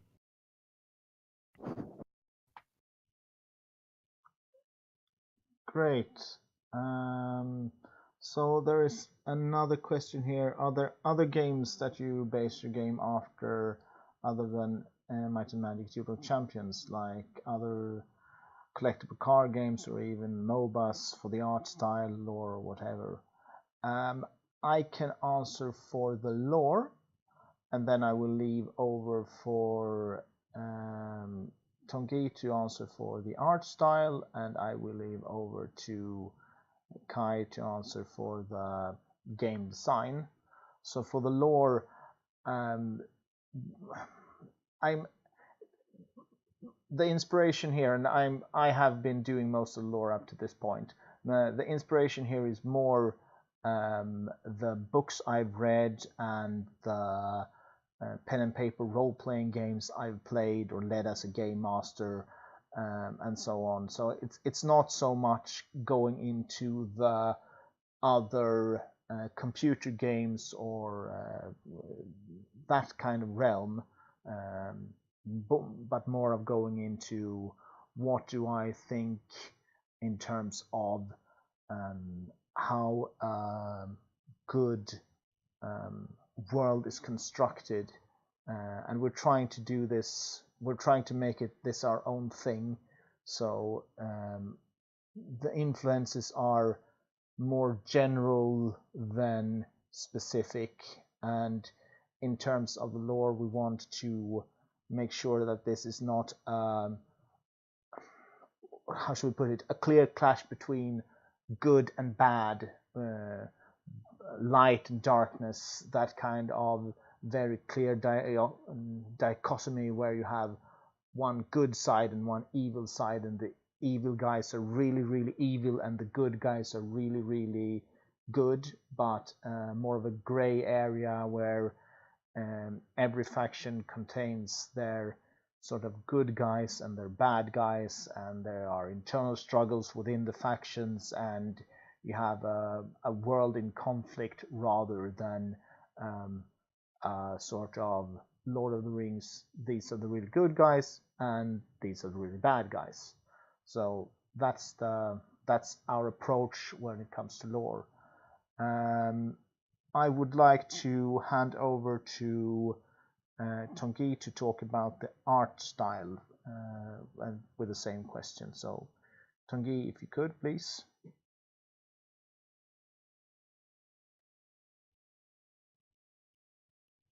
And you have your mic shut off if you just started speaking.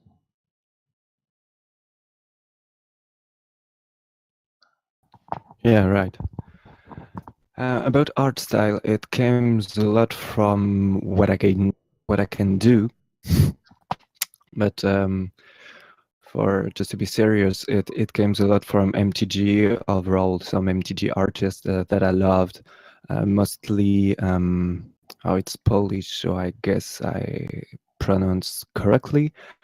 Marek Kusiara, Karl Ortiz, and some sort of very good artist like that. So mostly I loved what these artists did for MTG, and this is something that inspire and improve what I did and I do for the game. And yeah, this is mostly about keeping this sort of standard and doing best stuff that I can do. Thank you. And lastly, Kai, if you want to say anything about the game design, and also for chat, if there are no more questions when Kai has answered this, we will end the stream after this answer. So, Kai, please go ahead. Yeah, so in general, I play a lot of card games, so I guess it kind of always influences it a bit. But I mean, as you could all see, the gameplay itself is very similar to DOC, so I mostly take, my experience with that and try to, improve that based on my ideas. So gameplay-wise, there's not too much. Maybe if I encounter some interesting mechanic in another game that I think could be transferable to to this game, I would maybe think about it. But I don't think there's been like a particular case where that has happened. But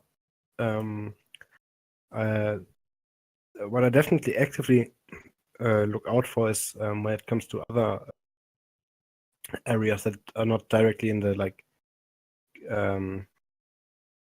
in the game play, like in the rules, if I may say so. But when it comes to, for example, implementing a draft mode, which is not something that's very easy for these types of games. So I've always looked like, and DOC had it very late in its stage where the game was already flawed and everything. So I've definitely, for example, looked out, okay, how do other online games have designed their draft modes, and try to learn from that. Or there's been an example, I don't even know exactly which game. It might be Gwent, but it was definitely a game that I don't actively play, but I've heard a very interesting design about their ladder, where you have like different, where you are forced to play different type of factions, I guess, or something. And I've and I've asked some questions about, I guess it was in the Duel of Champions Discord. I've tried to ask some questions about it because I was interested. So when it comes to these type of things that are game design related, but not in the core mechanics, but rather about game modes and ladder and all of these stuff, I definitely actively try to seek out what other games do, because I definitely think that it might have been an area where DOC has not done the best jobs, because in my opinion, the game design was pretty much better than all other games I've played. But obviously, they couldn't, keep their players active for such a long time, so there might have been flaws in these areas. So I'm trying to look, okay, what do other games do good, in case we sometimes down the line implement these kind of things, and then I can already have some plans for it. Yeah, and I think that's. And by the way, we have skipped a question. Is there any way outsiders can assist you guys at the moment, or should I just wait till I can help with beta testing? If Carl, you might want to answer. Yes, sorry. So at the moment, there are not many ways that you can help us out. It's basically spreading the word and trying to keep enthusiasm up. And we will make announcement as soon as we have more ways of actually engaging with the game, be it by playing it or by helping us developing it, or by any other means which would further the game and make it something that reaches more people, basically. So the short answer is, at the moment, what we have is your enthusiasm and encouragement, and I can't stress enough that that's really important to us. when you say we really like this, we really enjoy this post on Facebook, or perhaps a streaming event or a video on YouTube, that's at least for me, that's something that keeps me going. That keeps me thinking that we're on the right track and we're doing something that people will enjoy and will be happy to be a part of and experience with us. Yeah, I can maybe just quickly say also when I saw earlier when we were creating the deck and I saw you guys like already talking about this stuff and discussing like ideas and cards, I was already very happy to see that, and it really warmed my heart because we only have so few cards right now, and if you guys are already giving your ideas and discussing about it, I can't wait to see what you guys come up with when you see like all of the cards that I've been coming up with. So that really gives a lot of motivation. Yeah, sorry. So there we go. Sorry. There were a couple of other questions added here in the end here. So how many systems of duel do you want to create? I loved Swisses, but I hated some of the things in this type of duel. And this is a question that I will let Kai come in and flesh out. But I will say to start this off that there are basically two things we want to get ready, maybe not from the get-go, but pretty early on, and it is standard play mode and it is draft. And the reason we're opting for these two as our main priorities is because standard is what everyone does. It's some sort of laddering system where you can play against others of basically your same level with the cards you collect, and the drafting system addresses one of the problems that I think Kai alluded to earlier, which is that after a while things might get boring or might get stale if you don't have a different game mode with some different set of rules. And I agree completely with what Kai said about what DOC did maybe not being the best way of getting there. But I will leave to Kai to either disagree with me or flesh out what I've just said. So please go ahead, Kai. Yeah, exactly. Like I definitely think that draft is something we want to focus much early on than DOC, because I think it's so vital for card games. They, it helps players a lot to keep things interesting. It helps people to learn different type of cards. For example, if you're a new player and you play draft mode, you get to play some cards yourself that you otherwise wouldn't play or wouldn't get to, know. Because, they are maybe rare from a different faction than you're playing it. So you also don't are surprised anymore, or you don't get confused when someone else plays against you. When you're a new player, it can sometimes happen. You play against some combo that you've never discovered before, and you think, oh my god, it's so OP. But when you've played it yourself, you know it already, and so it just creates a better game experience overall. And as Carl already said, it helps players to have different types of to not get bored after a while, because there's a while after you tried your deck out and you start grinding, and then it gets boring until you get enough cards to get new decks and try new things out. So draft mode can definitely help in that environment. Also, if you maybe we do something like it, obviously that's not what we can plan for, but it happens all the time with every game basically, that you design something, you come up with something, and suddenly, and you test it, but suddenly it goes live and something is OP or something, and the normal game mode area is just not enjoyable for the time until it gets nerfed, basically. So that's also where a completely different game mode like draft can help. And as to other formats, I have a lot of ideas. So I was a huge fan of Jackpot before they reworked the Jackpot Smith thing. Like in the earlier days of DOC, I think area, and I have a lot of ideas how to even improve on that, and also ideas how people can create their own small tournaments and everything like that.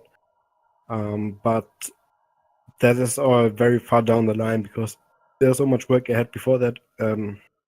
At this point, it's just speculating about what we can actually implement of these, but and whatnot. But I do have a lot of ideas about that. Yeah, so there is a last question, and I will turn over to Torben to answer it. And there might be some,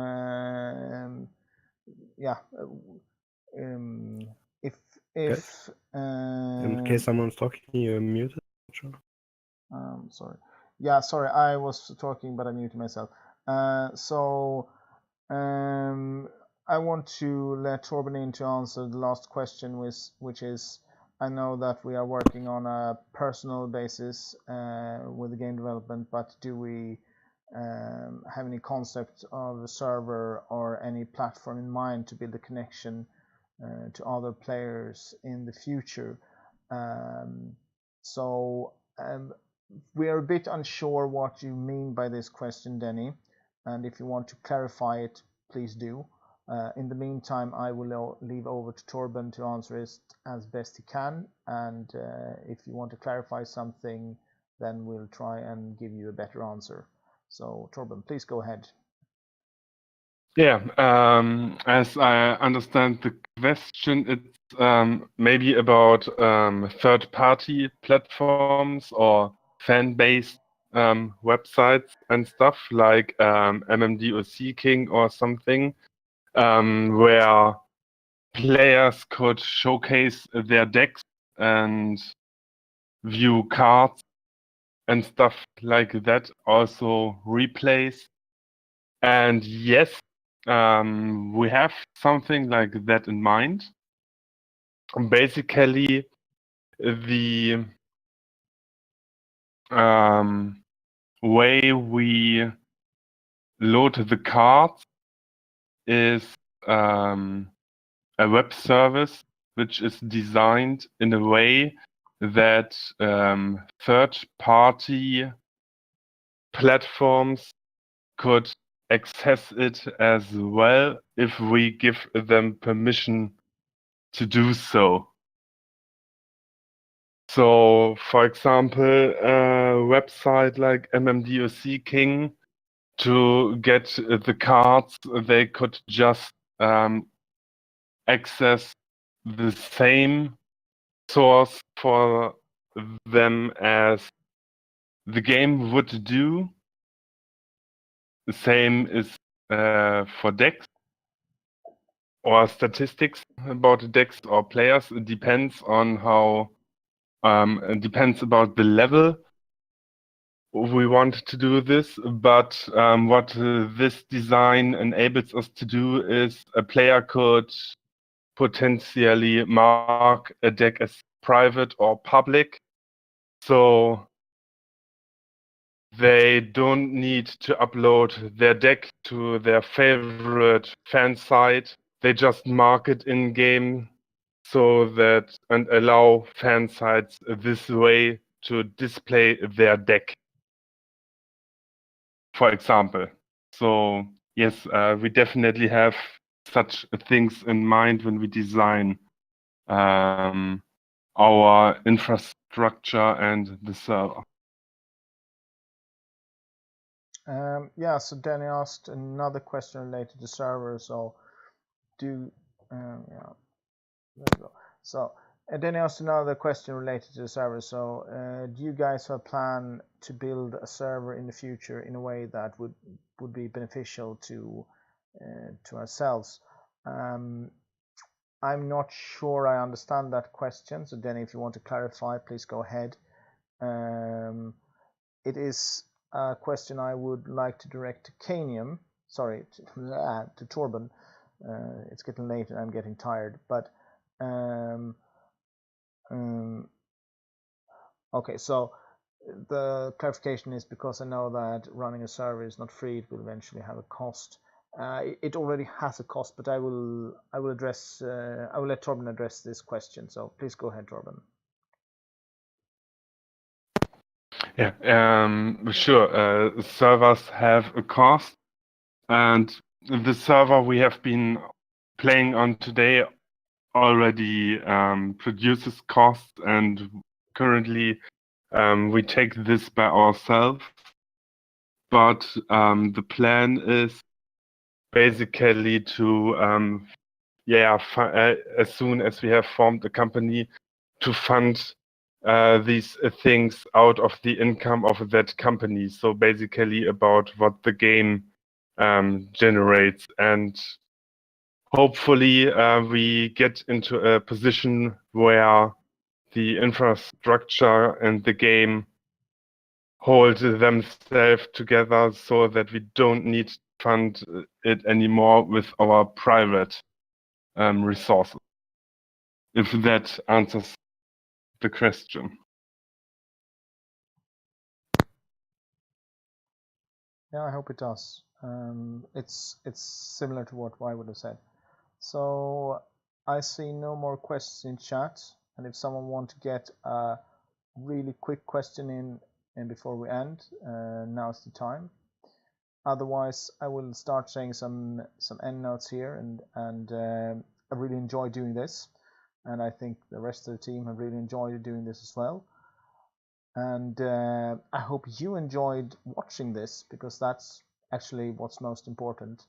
I think that the creation of the deck and the playing of the deck was really fun, and it's really cool to be able to do things like this live, things we haven't been able to do before, because basically we didn't have a game that wouldn't behave strangely in the middle of things. So thank you very much for joining us. I hope there will be interest for doing this in the future, and I hope you all had a good time. And since I'm not seeing any more questions in chat, I think we'll just end it here, and I will let the rest of the guys come in and say bye before I end the stream. So if you want to come in and say bye, guys, now's the time. Bye. Thank you. Goodbye, and thanks for participating.